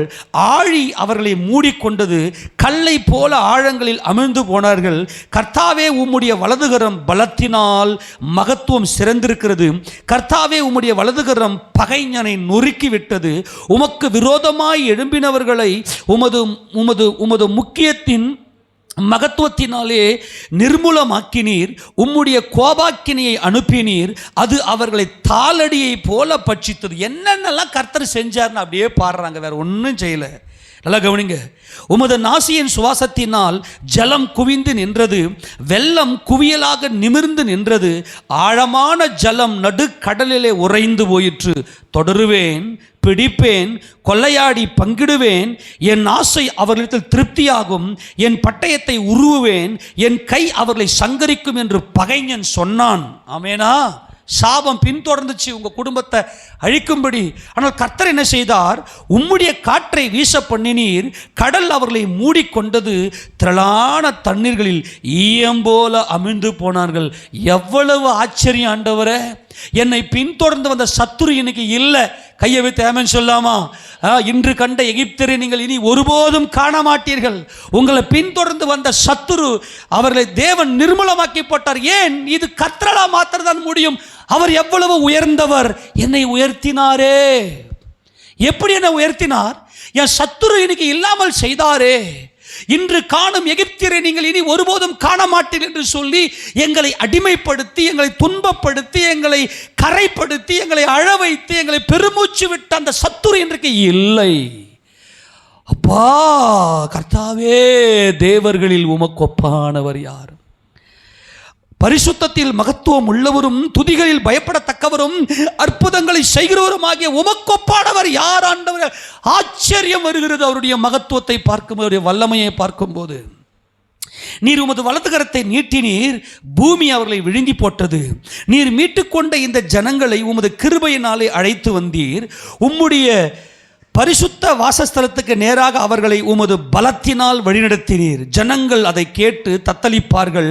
பெலிஸ்தியாவின் குடிகளை திகில் பிடிக்கும், ஏதோமின் பிரபுக்கள் கலங்குவார்கள், மோவாபின் பராக்கிரமசாலிகளை நடுக்கம் பிடிக்கும், கானானின் குடிகள் யாவரும் கரைந்து போவார்கள், பயமும் திகிலும் அவர்கள் மேல் விழும். கர்த்தாவே, உமது ஜனங்கள் கடந்து போகும் வரைக்கும், நீர் மீட்ட ஜனங்களே கடந்து போகும் வரைக்கும் அவர்கள் உம்முடைய புயத்தின் மகத்துவத்தினால் கல்லை போல அசைவற்றிருப்பார்கள். நீர் அவர்களை கொண்டு போய், கர்த்தாவே, கர்த்தராகிய தேவரீர் வாசம் பண்ணுகிறதற்கு நியமித்த ஸ்தானமாகிய உம்முடைய சுதந்திரத்தின் பர்வதத்திலும், அந்த சியோன் பர்வதத்திலும், அதுதான் சொல்றாங்க, ஆண்டவராகிய தேவரீருடைய கரங்கள் ஸ்தாபித்த பரிசுத்த ஸ்தலத்திலும் அவர்களை நாட்டுவீர். கர்த்தர் சதா காலங்களாகிய என்றென்றைக்கும் ராஜரிகம் பண்ணுவார். ஆமென் சொல்லாமா? இந்த ராஜரிகம் தான் அவர் கேருபீன்கள் மத்தியிலே வாசம் பண்ணுகிறவர். அவர் ராஜாதி ராஜா, அவருடைய ஆளுகை சதா காலமும் உள்ள ஆளுகை என்பதை இவர்கள் அறிந்திருந்து பாடுகிறார்கள். பார்வோனின் குதிரைகள் அவனுடைய ரதங்களோடும் குதிரை வீரரோடும் சமுத்திரத்தில் பிரவேசித்தது. கர்த்தர் சமுத்திரத்தின் ஜலத்தை அவர்கள் மேல் திரும்பி வர பண்ணினார். இஸ்ரவேல் புத்திரரோ சமுத்திரத்தின் நடுவே வெட்டாந்தரையிலே நடந்து போனார்கள் என்று பாடினார்கள். இதுவரைக்கும் இவங்க என்ன செஞ்சாங்க? மோசேயும் இஸ்ரவேல் புத்திரரும் கர்த்தர் நமக்கு தனக்கு என்ன செய்தார் என்று சொல்லி பாடினார்கள். அப்படி பாடும்போது நல்லா கவனிக்கணும். அடுத்தது பாருங்களேன், ஆரோனின் சகோதரியாகிய மிரியாம் என்னும் தீர்க்கதரிசியானவளும் தன் கையிலே தம்புரை எடுத்துக்கொண்டாள். சகல ஸ்திரீகளும் தம்புருகளோடும் நடனத்தோடும் அவளுக்கு பின்னே புறப்பட்டு போனார்கள். மிரியாம் அவர்களுக்கு பிரதிவசனமாக கர்த்தரை பாடுங்கள், சேர்ந்து வாசிங்க பார்க்கலாம். கர்த்தரை பாடுங்கள், அவர் மகிமையாய் வெற்றி சிறந்தார், குதிரையும் குதிரை வீரனையும் கடலிலே தள்ளினார் என்று பாடினாள். அல்லேலூயா சொல்லுவோமா? இப்படி நீங்க கர்த்தரை பாடுனீங்கன்னு அப்படின்னாவே எல்லா கட்டுகளும் அறுக்கும். எந்த அளவுக்கு உங்களிலிருந்து கர்த்தருடைய மகிமை வெளிப்படுகிறதோ, கர்த்தருடைய நாமத்தை, உங்க பேரை, யோவான் ஸ்நானகன் சொல்றாரு இல்லையா, நான் சிறுகவும் என் கர்த்தர் பெருகவும். நம்மிலிருந்து கர்த்தரை எந்த அளவுக்கு உயர்த்துகிறோமோ, மற்ற ஜனங்களுக்கு மத்தியில் சுவிசேஷமாய் அறிவித்து எல்லா இடங்களிலும் கர்த்தரை உயர்த்துகிறோமோ, அந்த அளவுக்கு கர்த்தர் நம்மை உயர்த்த வல்லமை உடையவர். இன்னைக்கும் குடும்பத்தில் நிறைய சண்டைகள், பிரச்சனைகள் இல்லையா? அதுக்கு என்ன காரணம் தெரியுமா? இந்த 10 நரம்பு வீணையை பயன்படுத்துங்க. உங்கள் இருதயத்தின் ஓசை தான் நீங்கள் கை தட்டுறது. எந்த இடத்துல நின்னாலும் சும்மா மட்டும் பாட்டை பாடாதீங்க. நல்லா கையை தட்டி அந்த பாடலை பாடினீங்கன்னா, ஒரு சம்பவத்தை மாத்திரம் புதிய ஏற்பட்ட காலத்திலேயே எப்படி துதியினால் ஒரு பயங்கரமான பராக்கிரமத்தை கர்த்தர் நடத்தினதை பார்க்க போகிறோம். வாசிங்க பார்க்கலாம். முதல்ல 33ஆம் சங்கீதம் 1 வாசிங்க பார்க்கலாம். கர்த்தர் எதை விரும்புகிறார், எப்படி தேவனை துதிக்க வேண்டும். வாசிங்க பார்க்கலாம் 1. நீதிமான்களே கர்த்தருக்குள் கலிகூருங்கள், துதி செய்வது செம்மையானவர்களுக்கு தகும். சுரமண்டலத்தினால் கர்த்தரை துதித்து 10 நரம்பு வீணையினாலும் அவரை கீர்த்தனம் பண்ணுவாங்க. இந்த சுரமண்டலம் என்பது அதிசயமானவரை, மறைபொருளாய் இருக்கிறவரை, உலக தோற்றம் முதற்கொண்டு மறைபொருளாய் இருந்த கிறிஸ்துவை பற்றின அந்த ரகசியம்தான் சுரமண்டலம், அதுதான் துதி. அது நம்முடைய இருதயத்துக்குள்ளே இருக்குமே. ஆனால் இந்த சுரமண்டல ஓசை என்பது துதி. அது திருத்துவ தேவனை, பிதாவாகிய தேவனை துதிக்கிற துதி. சுரமண்டலம் அப்படின்னு வந்துச்சுனாவே தேவன் ஆவியா இருக்கிறார். பிதாவை தொழுது கொள்கிறவர்கள் ஆவியோடும் உண்மையோடும் தொழுது கொள்ள வேண்டும்.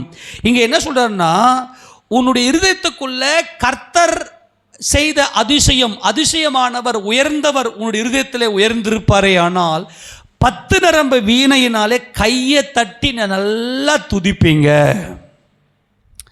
இதான் நீதிமான்களுடைய துதி, இதுதான் செம்மையானவர்களுடைய துதி.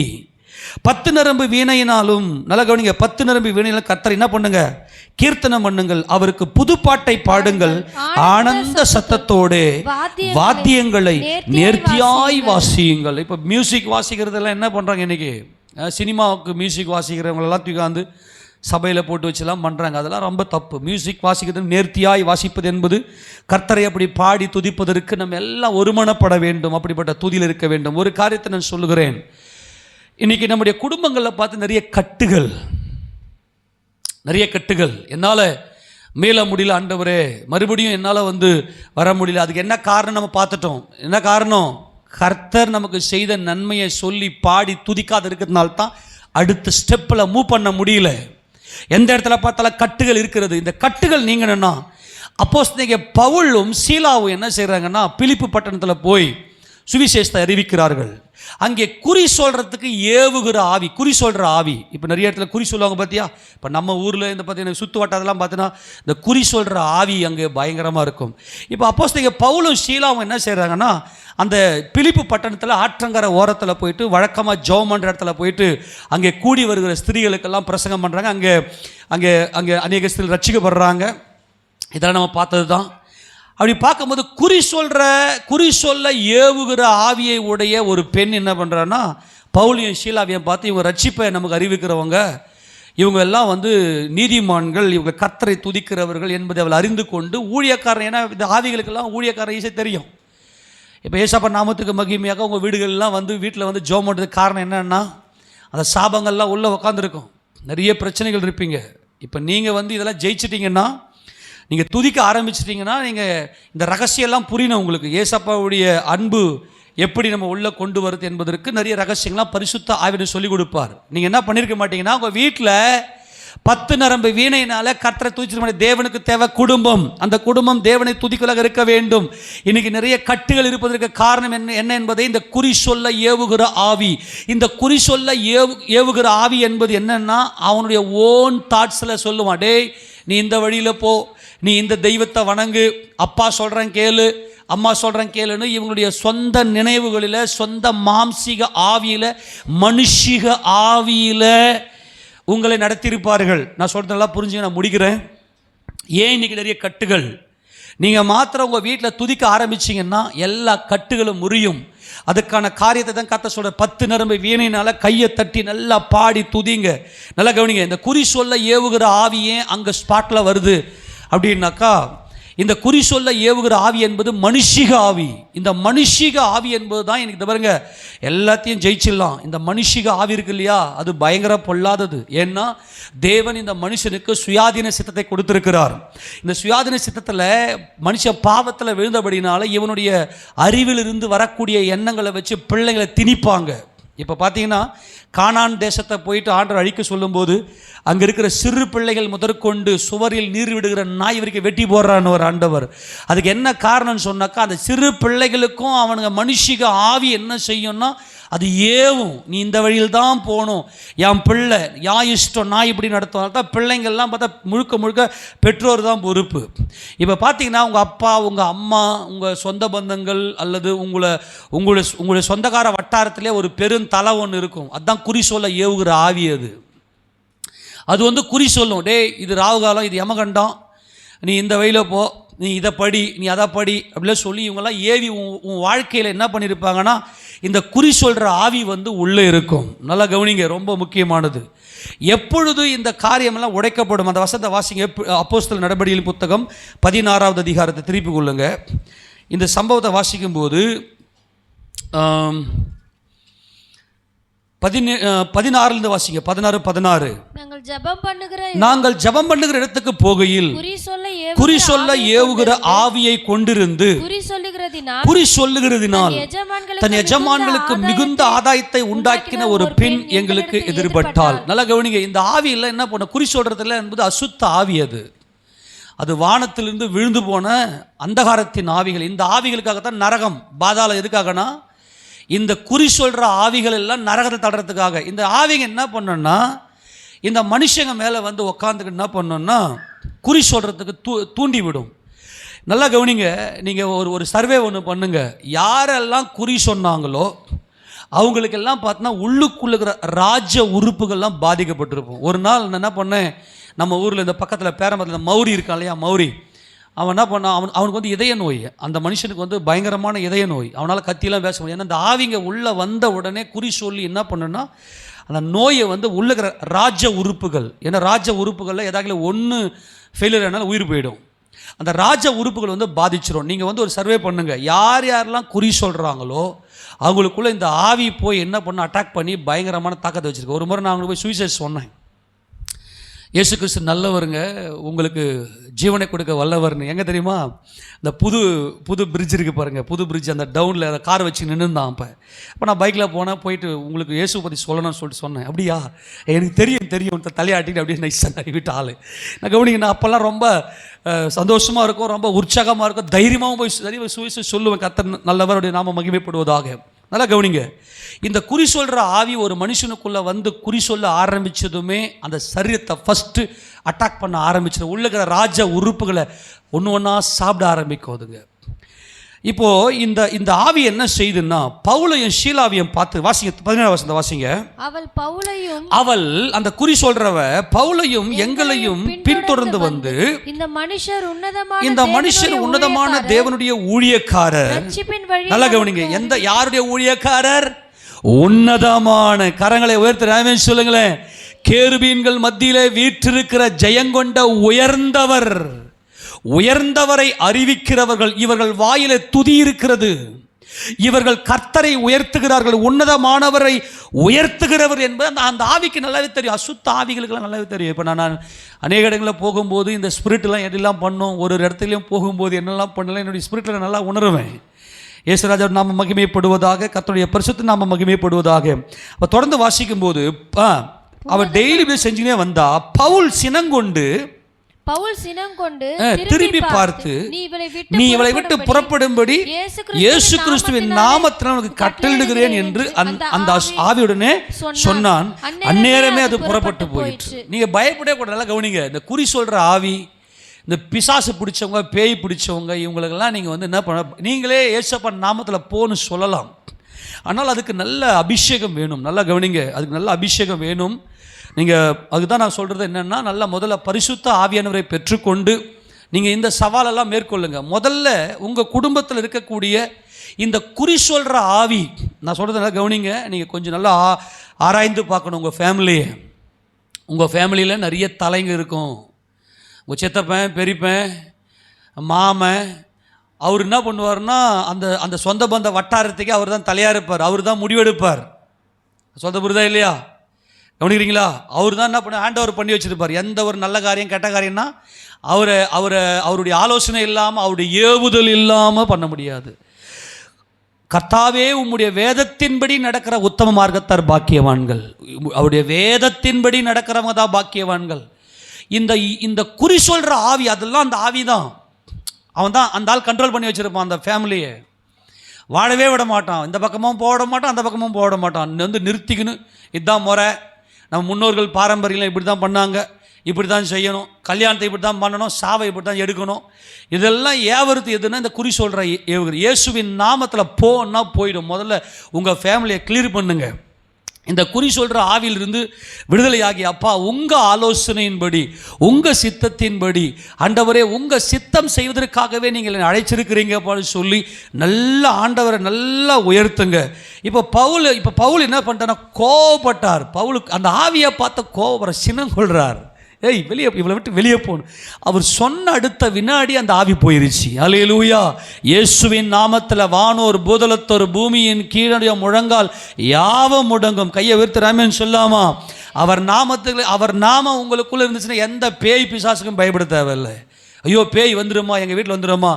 என்றைக்கு நீங்கள் சபையில் வந்தீங்களோ, நான் உங்கள் வீட்டுக்குள்ளே வந்தனோ, அன்றைக்கே சபையும் நீங்களும் ஒன்றாயிடுறீங்க.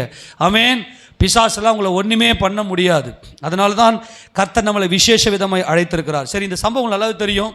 உடனே என்ன பண்ணனா, இந்த பொம்பளையை வச்சு நல்லா பழப்ப நடத்தினானுங்க பாருங்க, குறி சொல்கிற ஏவுகிறவனுங்க. ஐயோ இந்த ஆவி போயிருச்சு, இவளுக்கு குறி சொல்கிறது வரல, இந்த ஆவி போயிருச்சு, இவ குறி சொல்ல முடியல. அப்போ உடனே என்ன பண்ணிட்டாங்கன்னா, இவங்க நம்முடைய ஆதாயம் போயிருச்சு, நம்முடைய வருமானம் போயிருச்சு, என்ன பண்ணுறதுக்கு தெரியலையே அப்படின்னு சொல்லிட்டு, இந்த மாதிரி உங்கள் வீட்டில் இந்த பிரச்சனைக்கு இது ஒரு 30,000 ரூபாய் கொடு, நாங்கள் ஒரு தாயத்தை மந்திரிச்சு கொடுப்போம், இதை எடுத்து நீங்கள் வீட்டில் வச்சுக்கினீங்கன்னா உங்களுக்கு நல்லாயிடும், இல்லைனா நீங்கள் வாந்தி ரத்தங்கக்கி செத்துருவீங்க, இந்த மாதிரிலாம் சொல்லி இல்லையா, நிறைய ரத்தங்கக்கி செத்துருவீங்க, உங்கள் குடும்பத்துக்கு இந்த மாதிரி ஆகிடும். அப்புறம் உங்கள் வீட்டில் வந்து திடீர்னு சாவு விடும், இப்படிலாம் சொல்லிட்டோம்னாக்கா இதே நினச்சி அதிலே டிப்ரெஷன் ஆகி நிறைய பேர் கடனெல்லாம் பட்டு மீட்டர் வட்டிக்கெல்லாம் வாங்கி எத்தனையோ பேர் நாசமாக போயிருங்க. நான் உங்கள் அன்பாய் சொல்லுகிறேன், இயேசுவின் நாமத்தில் இந்த சத்துருவுக்கு நமக்கு இடமில்லை. ஆமென் சொல்லாமா? நம்ம மேலே அதிகாரம் இல்லை, நம்ம வீட்டுக்குள்ளே வரத்துக்கு அதிகாரம் இல்லை. நீங்கள் மாத்திரம் துதிக்க ஆரம்பிச்சிக்கணும். அப்போது அந்த குடும்பத்தில் இருக்கிற சாபங்கள் போகணும்னா இவன் என்ன செய்யணும்? பவுலையும் சீலாவையும் பார்த்து, இவங்க எல்லாம் நமக்கு விரோதமாய் ஆப்போசிட்டாக ஏதோ ஒரு புது தெய்வத்தை, ரோமர்களாகிய நமக்கு விரோதமாய் ஏதோ ஒரு காரியத்தை புதுசாக கொண்டு வராங்கன்னு சொல்லி ஒரு கலகத்தை ஏற்படுத்தி பவுலையும் ஷீலாவையும் இவர்களை பிடித்து பயங்கரமாக அடிக்கிறார்கள். அடித்து நல்லா கவனிங்க, 2 பேரையும் நல்லா அடித்து அவர்கள் சிறைச்சாலைக்காரனுடைய அந்த வீட்டில், அந்த நாட்களில் பார்த்தீங்கன்னா ஜெயிலர், இப்போ கூட பார்த்தீங்கன்னா ஜட்ஜி வீட்லேயே என்ன பண்ண ஜெயில் இருக்கும் தெரியுமா? இப்போ அங்கே தான் பெயிலெலாம் போய் எடுத்துலாம் விசாரணை பண்ணுவாங்க. ஜட்ஜி வீட்லேயே ஜெயில் இருக்கு இல்லையா, அதே மெத்தடு தான். அங்கே சிறைச்சாலைக்காரன் அங்கே வந்து ஏதோ ஒரு நல்ல போஸ்ட் இருக்கும், அவன் வீட்டில் என்ன பண்ண, ஒரு ஜெயிலில், அவன் வீடு பக்கத்தில் இருக்கும், பக்கத்துலேயே அந்த ஜெயில் இருக்கும். அவன் வீட்டில் என்ன பண்ணுறாங்கன்னா, அப்போஸ்தலனாகிய பவுலுடைய கால்களை எல்லாம் தொழு மரத்தில் மாட்டி வச்சு, தொழு மரத்தில் மாட்டினா அசைக்கவே முடியாது, அந்த மாதிரி தொழு மரத்தில் மாட்டி பவுலையும் ஷீலாவையும் அடித்து என்ன பண்ணுறாங்க, அங்கே சிறை வைக்கிறார்கள். ஆனால் ஒரு காரியத்தை சொல்லுகிறேன், அப்போஸ்தலனாகிய பவுல் உன்னதமான கர்த்தரை ஆராதிக்கிறவர், தேவனை உயர்த்துகிறவர், தேவனை துதிக்கிறவர். நடு ராத்திரியில், நான் எப்போவும் சொல்கிறேன், உங்கள் பிரச்சனை ஓயவே மாட்டேங்குது அப்படின்னு நல்லா உபவாசம் பண்ணி ஜெபம் பண்ணுங்க, அல்லது உங்கள் தூக்கத்தை விட்டு நடு ராத்திரியில் எழுந்து கர்த்தரை நோக்கி சத்தமிடுங்க. நடு ராத்திரியில் எழுந்து அப்போஸ்தலனாகிய பவுலும் ஷீலாவும் பாடி துதித்தார்கள், எல்லாருக்கும் கேட்கும்படி. அதுதான் முக்கியம். நான் சொல்லி முடிக்கிறேன், கவனிங்க. இவங்க எப்படி துதிச்சாங்கன்னா, மனசுக்குள்ளேயே நல்ல மனசுக்குள்ளேயே வச்சுக்கின்னு, ஆண்டவரே நீர் பெரியவர், ஆண்டவரே கர்த்தாவே தேவர்களில் உமக்கொப்பானவர் யார். பக்கத்தில் கேட்டால் அவன் நம்மளை பைத்தியக்காரன் நினச்சிருவான், இவனா பாட்டெல்லாம் பாடிட்டு நம்ம பண்ணிக்கிறான், ஏன்னா இவன் ஏதோ ஒரு பைத்தியக்கார மாதிரி உளறான் அப்படின்லாம் மற்ற நம்மளை பார்த்து ஒரு மாதிரி ஏளனமாக பாப்பாடின்னு சொல்லிட்டு சில பேருக்கு வெக்கம். இவங்க என்ன செஞ்சாங்கன்னா, நல்லா கவனிங்க, இவர்கள் கர்த்தரை உயர்த்தினார்கள். கர்த்தரை உயர்த்தினார்கள் என்றால் உனக்கு அறிமுகமான அல்லது நீ இருக்கிற இடங்களில் இருக்கக்கூடிய ஜனங்களுடைய மத்தியில் இயேசு ராஜாவை நீ உயர்த்துறப்ப அதுதான் கர்த்தரை உயர்த்துவது. நான் சொல்ல புரிஞ்சுக்கணும். இவங்க எப்படி துதிச்சாங்க அப்படின்னா, சிறைச்சாலையில் இருக்கக்கூடிய எல்லா கைதிகளுடைய காதலையும் இயேசுவின் நாமம் படும்படியாய். ஏன்னா யாரெல்லாம் இயேசு என்ற நாமத்தை கேட்குறாங்களோ அவங்களுக்கெல்லாம் விடுதலை ஆகும். கரங்களை தட்டி மகிமை செலுத்தலாமா? உங்கள் வீட்டில் நீங்கள் பாடி துதிக்கும் போது அந்த வழியாக பேய் பிடிச்சவன் போயின்னு இருப்பான். இந்த துதியின் சத்தம் அவன் காதில் விழுந்துச்சுன்னா அவனுக்கு விடுதலை. கையை தட்டி மகிமை செலுத்துவோமா? அதுக்காகத்தான் தேவன் நம்மை உயர்த்த சொல்லுகிறார். நீ வேலை செய்கிற ஸ்தலத்தில், நீ வேலை செய்கிற இடத்துல, எந்த இடத்துலையும் அவன் 1008 பிரச்சனையில் வேலைக்கு வந்திருப்பான், மன அழுத்தத்தில் வந்திருப்பான். நீ பாடி துதிக்கும் போது, நீங்கள் பாடும்போது எனக்கு மனசு கொஞ்சம் சந்தோஷமாக இருக்குதுன்னு சொல்லுவாங்க. ஆமேனா? நீங்கள் பேசுனீங்கன்னா எனக்கு கொஞ்சம் இதமாக இருக்குதுங்க, என் பிரச்சனையெல்லாம் மறந்து நான் கொஞ்சம் நல்லா இருக்கிறேன். அதுதான் கர்த்தரை உயர்த்துகிற துதி. இன்னைக்கு நிறைய குடும்பங்களில் இந்த துதியின் சத்தம் இல்லை. உன் வீட்டில் 10 நரம்பு வீணை சுரமண்டல ஓசை உன் இருதயத்தில் இருந்தால், இயேசு கிறிஸ்துவை பற்றின மறைபொருள், அவர் ராஜரிகம் பண்ணுகிறார், அவர் கேருபீன்கள் மத்தியிலே வீற்றுகிறார் என்ற சுரமண்டல ஓசை உனக்குள் இருக்குமேனால் 10 நரம்பு வீணையினாலே நீ எங்க பார்த்தாலும் கையை தட்டி பாட்டு பாடிட்டு இருப்ப. கை தட்டாம பாட்டே பாடாத. உங்க வீட்டில் உன் சிறைச்சாலை கட்டுகள், குறி சொல்லுகிற ஆவிகள் எல்லாம் உங்கள் வீட்டுக்குள்ள, எல்லாருடைய அந்தகார ஆலோசனைகள், தேவனுடைய வார்த்தையின்படி நடக்காமல் மனுஷனுடைய செய்கையின்படி, மனுஷனுடைய ஆலோசனையின்படி நடந்தீங்க இல்லையா, மனுஷிக ஆவிகள், அதெல்லாம் உங்கள் வீட்டுக்குள்ளே இருந்து நீ என்னதான் பண்ணாலும் நீ முன்னேறவே முடியாது. ஒரே ஒரு விஷயம் சொல்கிறேன், நீங்கள் இந்த வருஷம் முடியறதுக்குள்ளே கர்த்தர் பெரிய காரியம் செய்வார். வருஷத்தின் முடிவில் இருக்கிறீங்க, இந்த வருஷம் முடியறதுக்குள்ளே கர்த்தர் உங்கள் வீட்டில் பெரிய காரியம் செய்யணும்னாக்கா, கரங்களை தட்டி உங்கள் வீட்டில் இயேசு ராஜாவை துதிக்கிற துதியின் சத்தத்தை ஒலிக்க வையுங்க. மாற்றத்தை பாருங்க. உண்மையாய் சொல்லுகிறேன், சத்தியத்தின்படி சொல்லுகிறேன். அங்கே வாசிங்க பார்க்கலாம். எங்கிருந்து? 22 வாசித்து முடிக்கலாம், நம்ம நேரம் இல்லை. ஜனங்கள் கூட்டம் கூடி அவர்களுக்கு விரோதமாய் எழும்பினார்கள். அதிகாரிகள் அவர் வஸ்திரங்களை கழற்றி போடவும் அவர்களை அடிக்கவும் சொல்லி அவர்களை அநேக அடி அடித்த பின்பு சிறைச்சாலையில் வைத்து அவர்களை பத்திரமாய் காக்கும்படி சிறைச்சாலைக்காரனுக்கு கட்டளையிட்டார்கள். அவன் இப்படிப்பட்ட கட்டளையை பெற்று அவர்களை உட்காவலறையிலே வைத்து அவர்கள் கால்களை தொழுமரத்தில் மாட்டி வைத்தான்.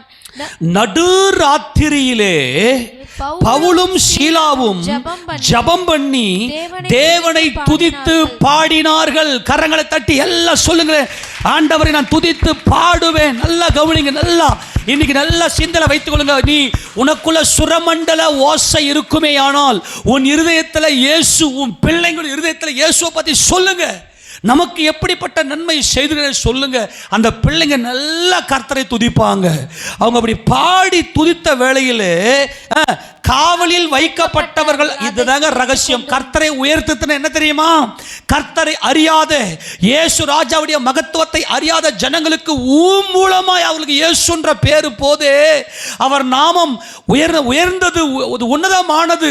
அந்த வல்லமையுள்ள நாமம் இன்னொரு ஆத்மாவுக்கு போகும் பாருங்க. அதுதான் கர்த்தரை உயர்த்துறது. ஏதோ உனக்குள்ளேயே நான் அந்தரங்க கிறிஸ்தவன், நான் அந்தரங்கம், அதெல்லாம் செல்லாது. அந்தரங்க கிறிஸ்தவனாக இருந்த அரிமத்தியா ஊரானாகிய யோசேப்பு வெளியே வெளியரங்கமாய் வந்து இயேசு ராஜாவை மகிமைப்படுத்தினார். உன் அந்தரங்கெல்லாம் வெளியேறட்டும். அந்தரங்க கிறிஸ்தவ வெக்கம் இதெல்லாம் இருந்தால் உன் குடும்பம் நல்லா இருக்கணும் ஆண்டவர் விரும்புகிறார். யாக்கோபின் தேவன் குடும்பத்தை கட்டுகிற தேவன். இவங்க பாடுற பாட்டு 5 வீட்டுக்கு அப்புறம் போகணும்னு சொல்கிறேன். நல்லா கையை தட்டி பாடுங்க. தெருவில் போகிறவர்களுக்கெல்லாம் இந்த சத்தம் கேட்கட்டும். அவர்கள் எல்லாம் இயேசுன்ற நாமம் எப்படிப்பட்ட மகத்துவமுள்ள நாமம் என்பதை அறிந்து கொள்ளட்டும். இதுதான் பயங்கர ஹைலைட்டு. இவங்க பாடின அந்த பாடலுடைய துதி, அந்த துதியின் சத்தம் அவங்க கேட்டாங்க. காவல் இருந்தவங்களாம் கேட்டாங்க. வாசி 26. சடுதியிலே சிறைச்சாலையின் அஸ்திபாரங்கள் அசையும்படியாக பூமி மிகவும் அதிர்ந்தது. உடனே கதவுகள் எல்லாம் திறவுண்டது. எல்லாருடைய கட்டுகளும். யாருடைய கட்டு? உன் குடும்ப கட்டு மட்டும் அல்ல. நீ உயர்த்தும் போது, கர்த்தராக இயேசு ராஜாவை உயர்த்தும் போது யாரெல்லாம் கேட்குறாங்களோ அவங்க கட்டெல்லாம் உடையும். ஆமென் சொல்லுங்க பார்க்கலாம். இன்னைக்கு நீங்க இந்த ரகசியத்தை புரிந்து கொள்ளுங்க. இந்த குறி சொல்லுகிற ஆவி, இந்த மனுஷிக ஆவி எல்லாம் உள்ள வந்து உன் குடும்பத்தை இன்னைக்கும் முன்னேறக்கூடாதபடிக்கு தடைகள் இருக்கிறது. ஆனால் நீங்கள் எல்லாருடைய காதுகள் கேட்க, எல்லாருக்கும் வெளியரங்கமாய் உங்களுடைய ரட்சிப்பை நீங்கள் வெளிப்படுத்துவீர்களே, ஆனால் உங்களுடைய கட்டுகள் எல்லாம் அருந்து உங்கள் வாழ்க்கையில் ஒரு மகிமையான அதிசயத்தை பார்ப்பீர்கள். கர்த்தர் செய்கிற அந்த அதிசயமான காரியங்கள்லாம் மகிமையாக இருக்கும். ஆமென் சொல்லாமா? இப்போ சிறைச்சாலை இங்கே இருக்குது. சிறைச்சாலைக்காரனுடைய வீடு கொஞ்சம் பக்கத்தில் இருக்குது. பக்கம் தான், அவன் கண்ட்ரோல் தான் இருக்கும். அங்கே பூமி அதிர்ந்து எல்லாருடைய கட்டுகள் அருந்து. அப்போ பவுல் சொல்கிறேன், யாரும் ஓடி போவாத, இப்படியே நில்லு. ஆமென். எல்லாம் கைதிங்க அங்கே இருக்கிறாங்க. யாரும் போவத கர்த்தரை துதி. அங்கே துதிக்க வச்சுட்டு நான் சொல்கிறேன்னா, இந்த துதி என்ன பண்ணுச்சுன்னா, அந்த கைதிகள் எப்படிப்பட்ட ஆளாக இருப்பான், எவ்வளோ ஹார்டாக இருப்பான்.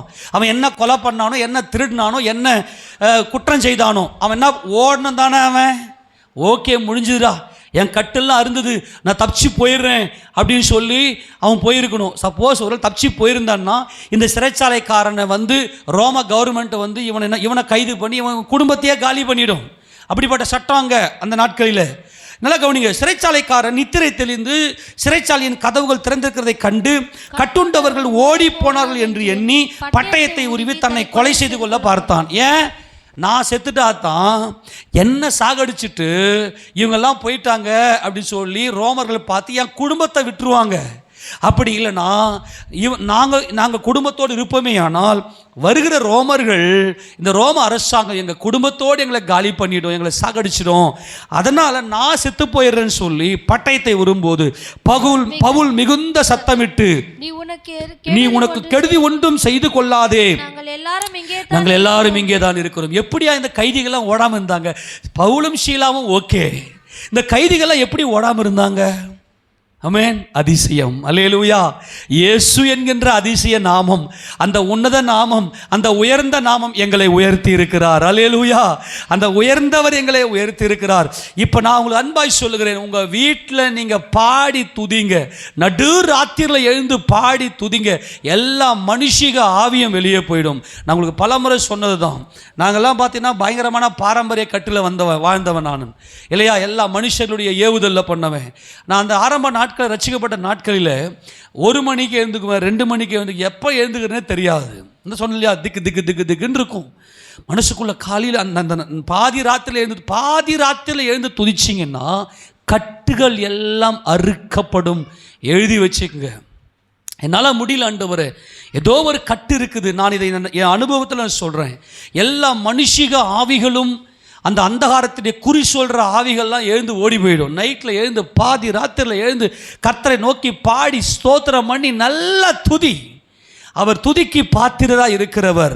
அப்படி பண்ணுவீங்கன்னா மகிமையான காரியத்தை செய்வார். இங்கே நடந்த சம்பவம் என்னன்னா, அந்த குடும்பத்தையே ரட்சிப்பதற்காகத்தான், அந்த சிறைச்சாலைக்காரனுடைய குடும்பத்தை ரட்சிப்பதற்காகத்தான் கர்த்தர் இந்த அப்போஸ்தலனாகிய பவுலையும் ஷீலாவையும் அங்கே வந்து இப்படிப்பட்ட ஒரு தண்டனைக்கு நேராக கர்த்தர் நடத்தினார். இது பவுலுடைய அழைப்பு. நல்லா கவனிங்க. அப்போ சொல்றாரு பாருங்க, இங்கே தான் இருக்கிறோம் என்றான். அப்பொழுது அவன் தீபங்களை கொண்டு வர சொல்லி ஓடி நடுநடுங்கி பவுலுக்கும் ஷீலாவுக்கும் முன்பாக விழுந்து அவர்களை வெளியே அழைத்து வந்து, ஆண்டவமாரே, ரட்சிக்கப்படுவதற்கு நான் என்ன செய்ய வேண்டும் என்றான். அல்லேலூயா. அந்த சிறைச்சாலைக்காரனும் ரட்சிக்கப்பட்டான். இதாங்க கர்த்தரை உயர்த்துகிற உயர்வு. நீ கர்த்தரை உயர்த்துவதற்காகத்தான் கர்த்தர் உன்னை உயர்த்தினார். ஆமெனா. ஏனென்றால் அவர் உயர்ந்தவர், அவர் சிறந்தவர், அவர் ராஜரீகம் பண்ணுகிறார். தொடர்ந்து வாசிக்கலாமா?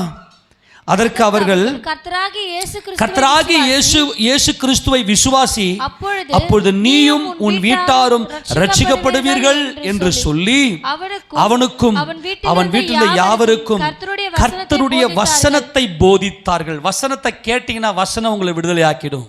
எல்லா விதமான அச்சம், எல்லா விதமான நெருக்கம், போராட்டம் எல்லாவற்றிலிருந்தும் உங்களுடைய மனசை சுத்திகரிச்சிடும். அடுத்தது, மேலும் ராத்திரியில் நேரத்தில் தானே அவன் அவர்களை அழைத்து கொண்டு போய் அவருடைய காயங்களை கழுவினான். அவனும் அவனுடையவர்கள் அனைவரும் உடனே ஞானஸ்தானம் பெற்றார்கள். நைட்லயே ஞானஸ்தானம் பெற்றிருக்கிறார்கள். எவ்வளவு பெரிய மகத்துவமான ரட்சிப்பு இல்லையா? நம்முடைய ஆண்டவர் எவ்வளவு உயர்ந்தவர். ஆமெனா. அவர் நன்மைகளின் நாயகன், நமக்கு நன்மையை மாத்திரமே செய்கிறவர். உங்களால் எத்தனை குடும்பம் ரட்சிக்கப்படும்? கவனிக்கிறீங்களா? நீங்க எந்த அளவுக்கு கர்த்தரை உயர்த்துகிறீர்களோ அந்த அளவுக்கு அநேகர் கர்த்தரிடத்திலே மனம் திரும்புவார்கள். எத்தனை பேர் உங்களால ரட்சிப்புக்குள்ளாக வழிநடத்த முடியும்? நீங்க கர்த்தரை உயர்த்துங்க. உங்க குடும்பத்துக்காக. பாருங்க, உங்க குடும்பத்திலிருந்து புறப்படுகிற அந்த பரிசுத்த ஆவியானவருக்குள்ள ஏற்படுகிற அந்த சந்தோஷம், அது ஜீவ நதியாய் புறப்பட்டு எல்லாரும் தாகத்தையும் தீர்க்கும். எல்லா வறட்சியான குடும்பங்கள், எல்லா மனசுல இருக்கக்கூடிய வறட்சியும் நீக்கும். துதியினாலே ஒரு பெரிய சாம்ராஜ்யத்தையே அசைக்கலாம். துதியினால எல்லாவற்றையும் அசைக்கலாம். நீங்கள் துதிப்பீர்களே ஆனால் உங்க குடும்பத்தில் இருக்கிற எல்லா கட்டுகளும் அறுக்கப்படும். நீங்கள் மீட்கப்படுவீர்கள். எல்லாரும் முழங்கால் படியிட்டு ஆண்டவர் சமூகத்தில், ஆண்டவரே நான் உம்மை துதிப்பேன், உம்மை உயர்த்துவேன், உயர்ந்தவரே நான் உம்மை உயர்த்துவேன். உம்மை உயர்த்துவதற்காகத்தான் நீர் என்னை உயர்த்தினீர்.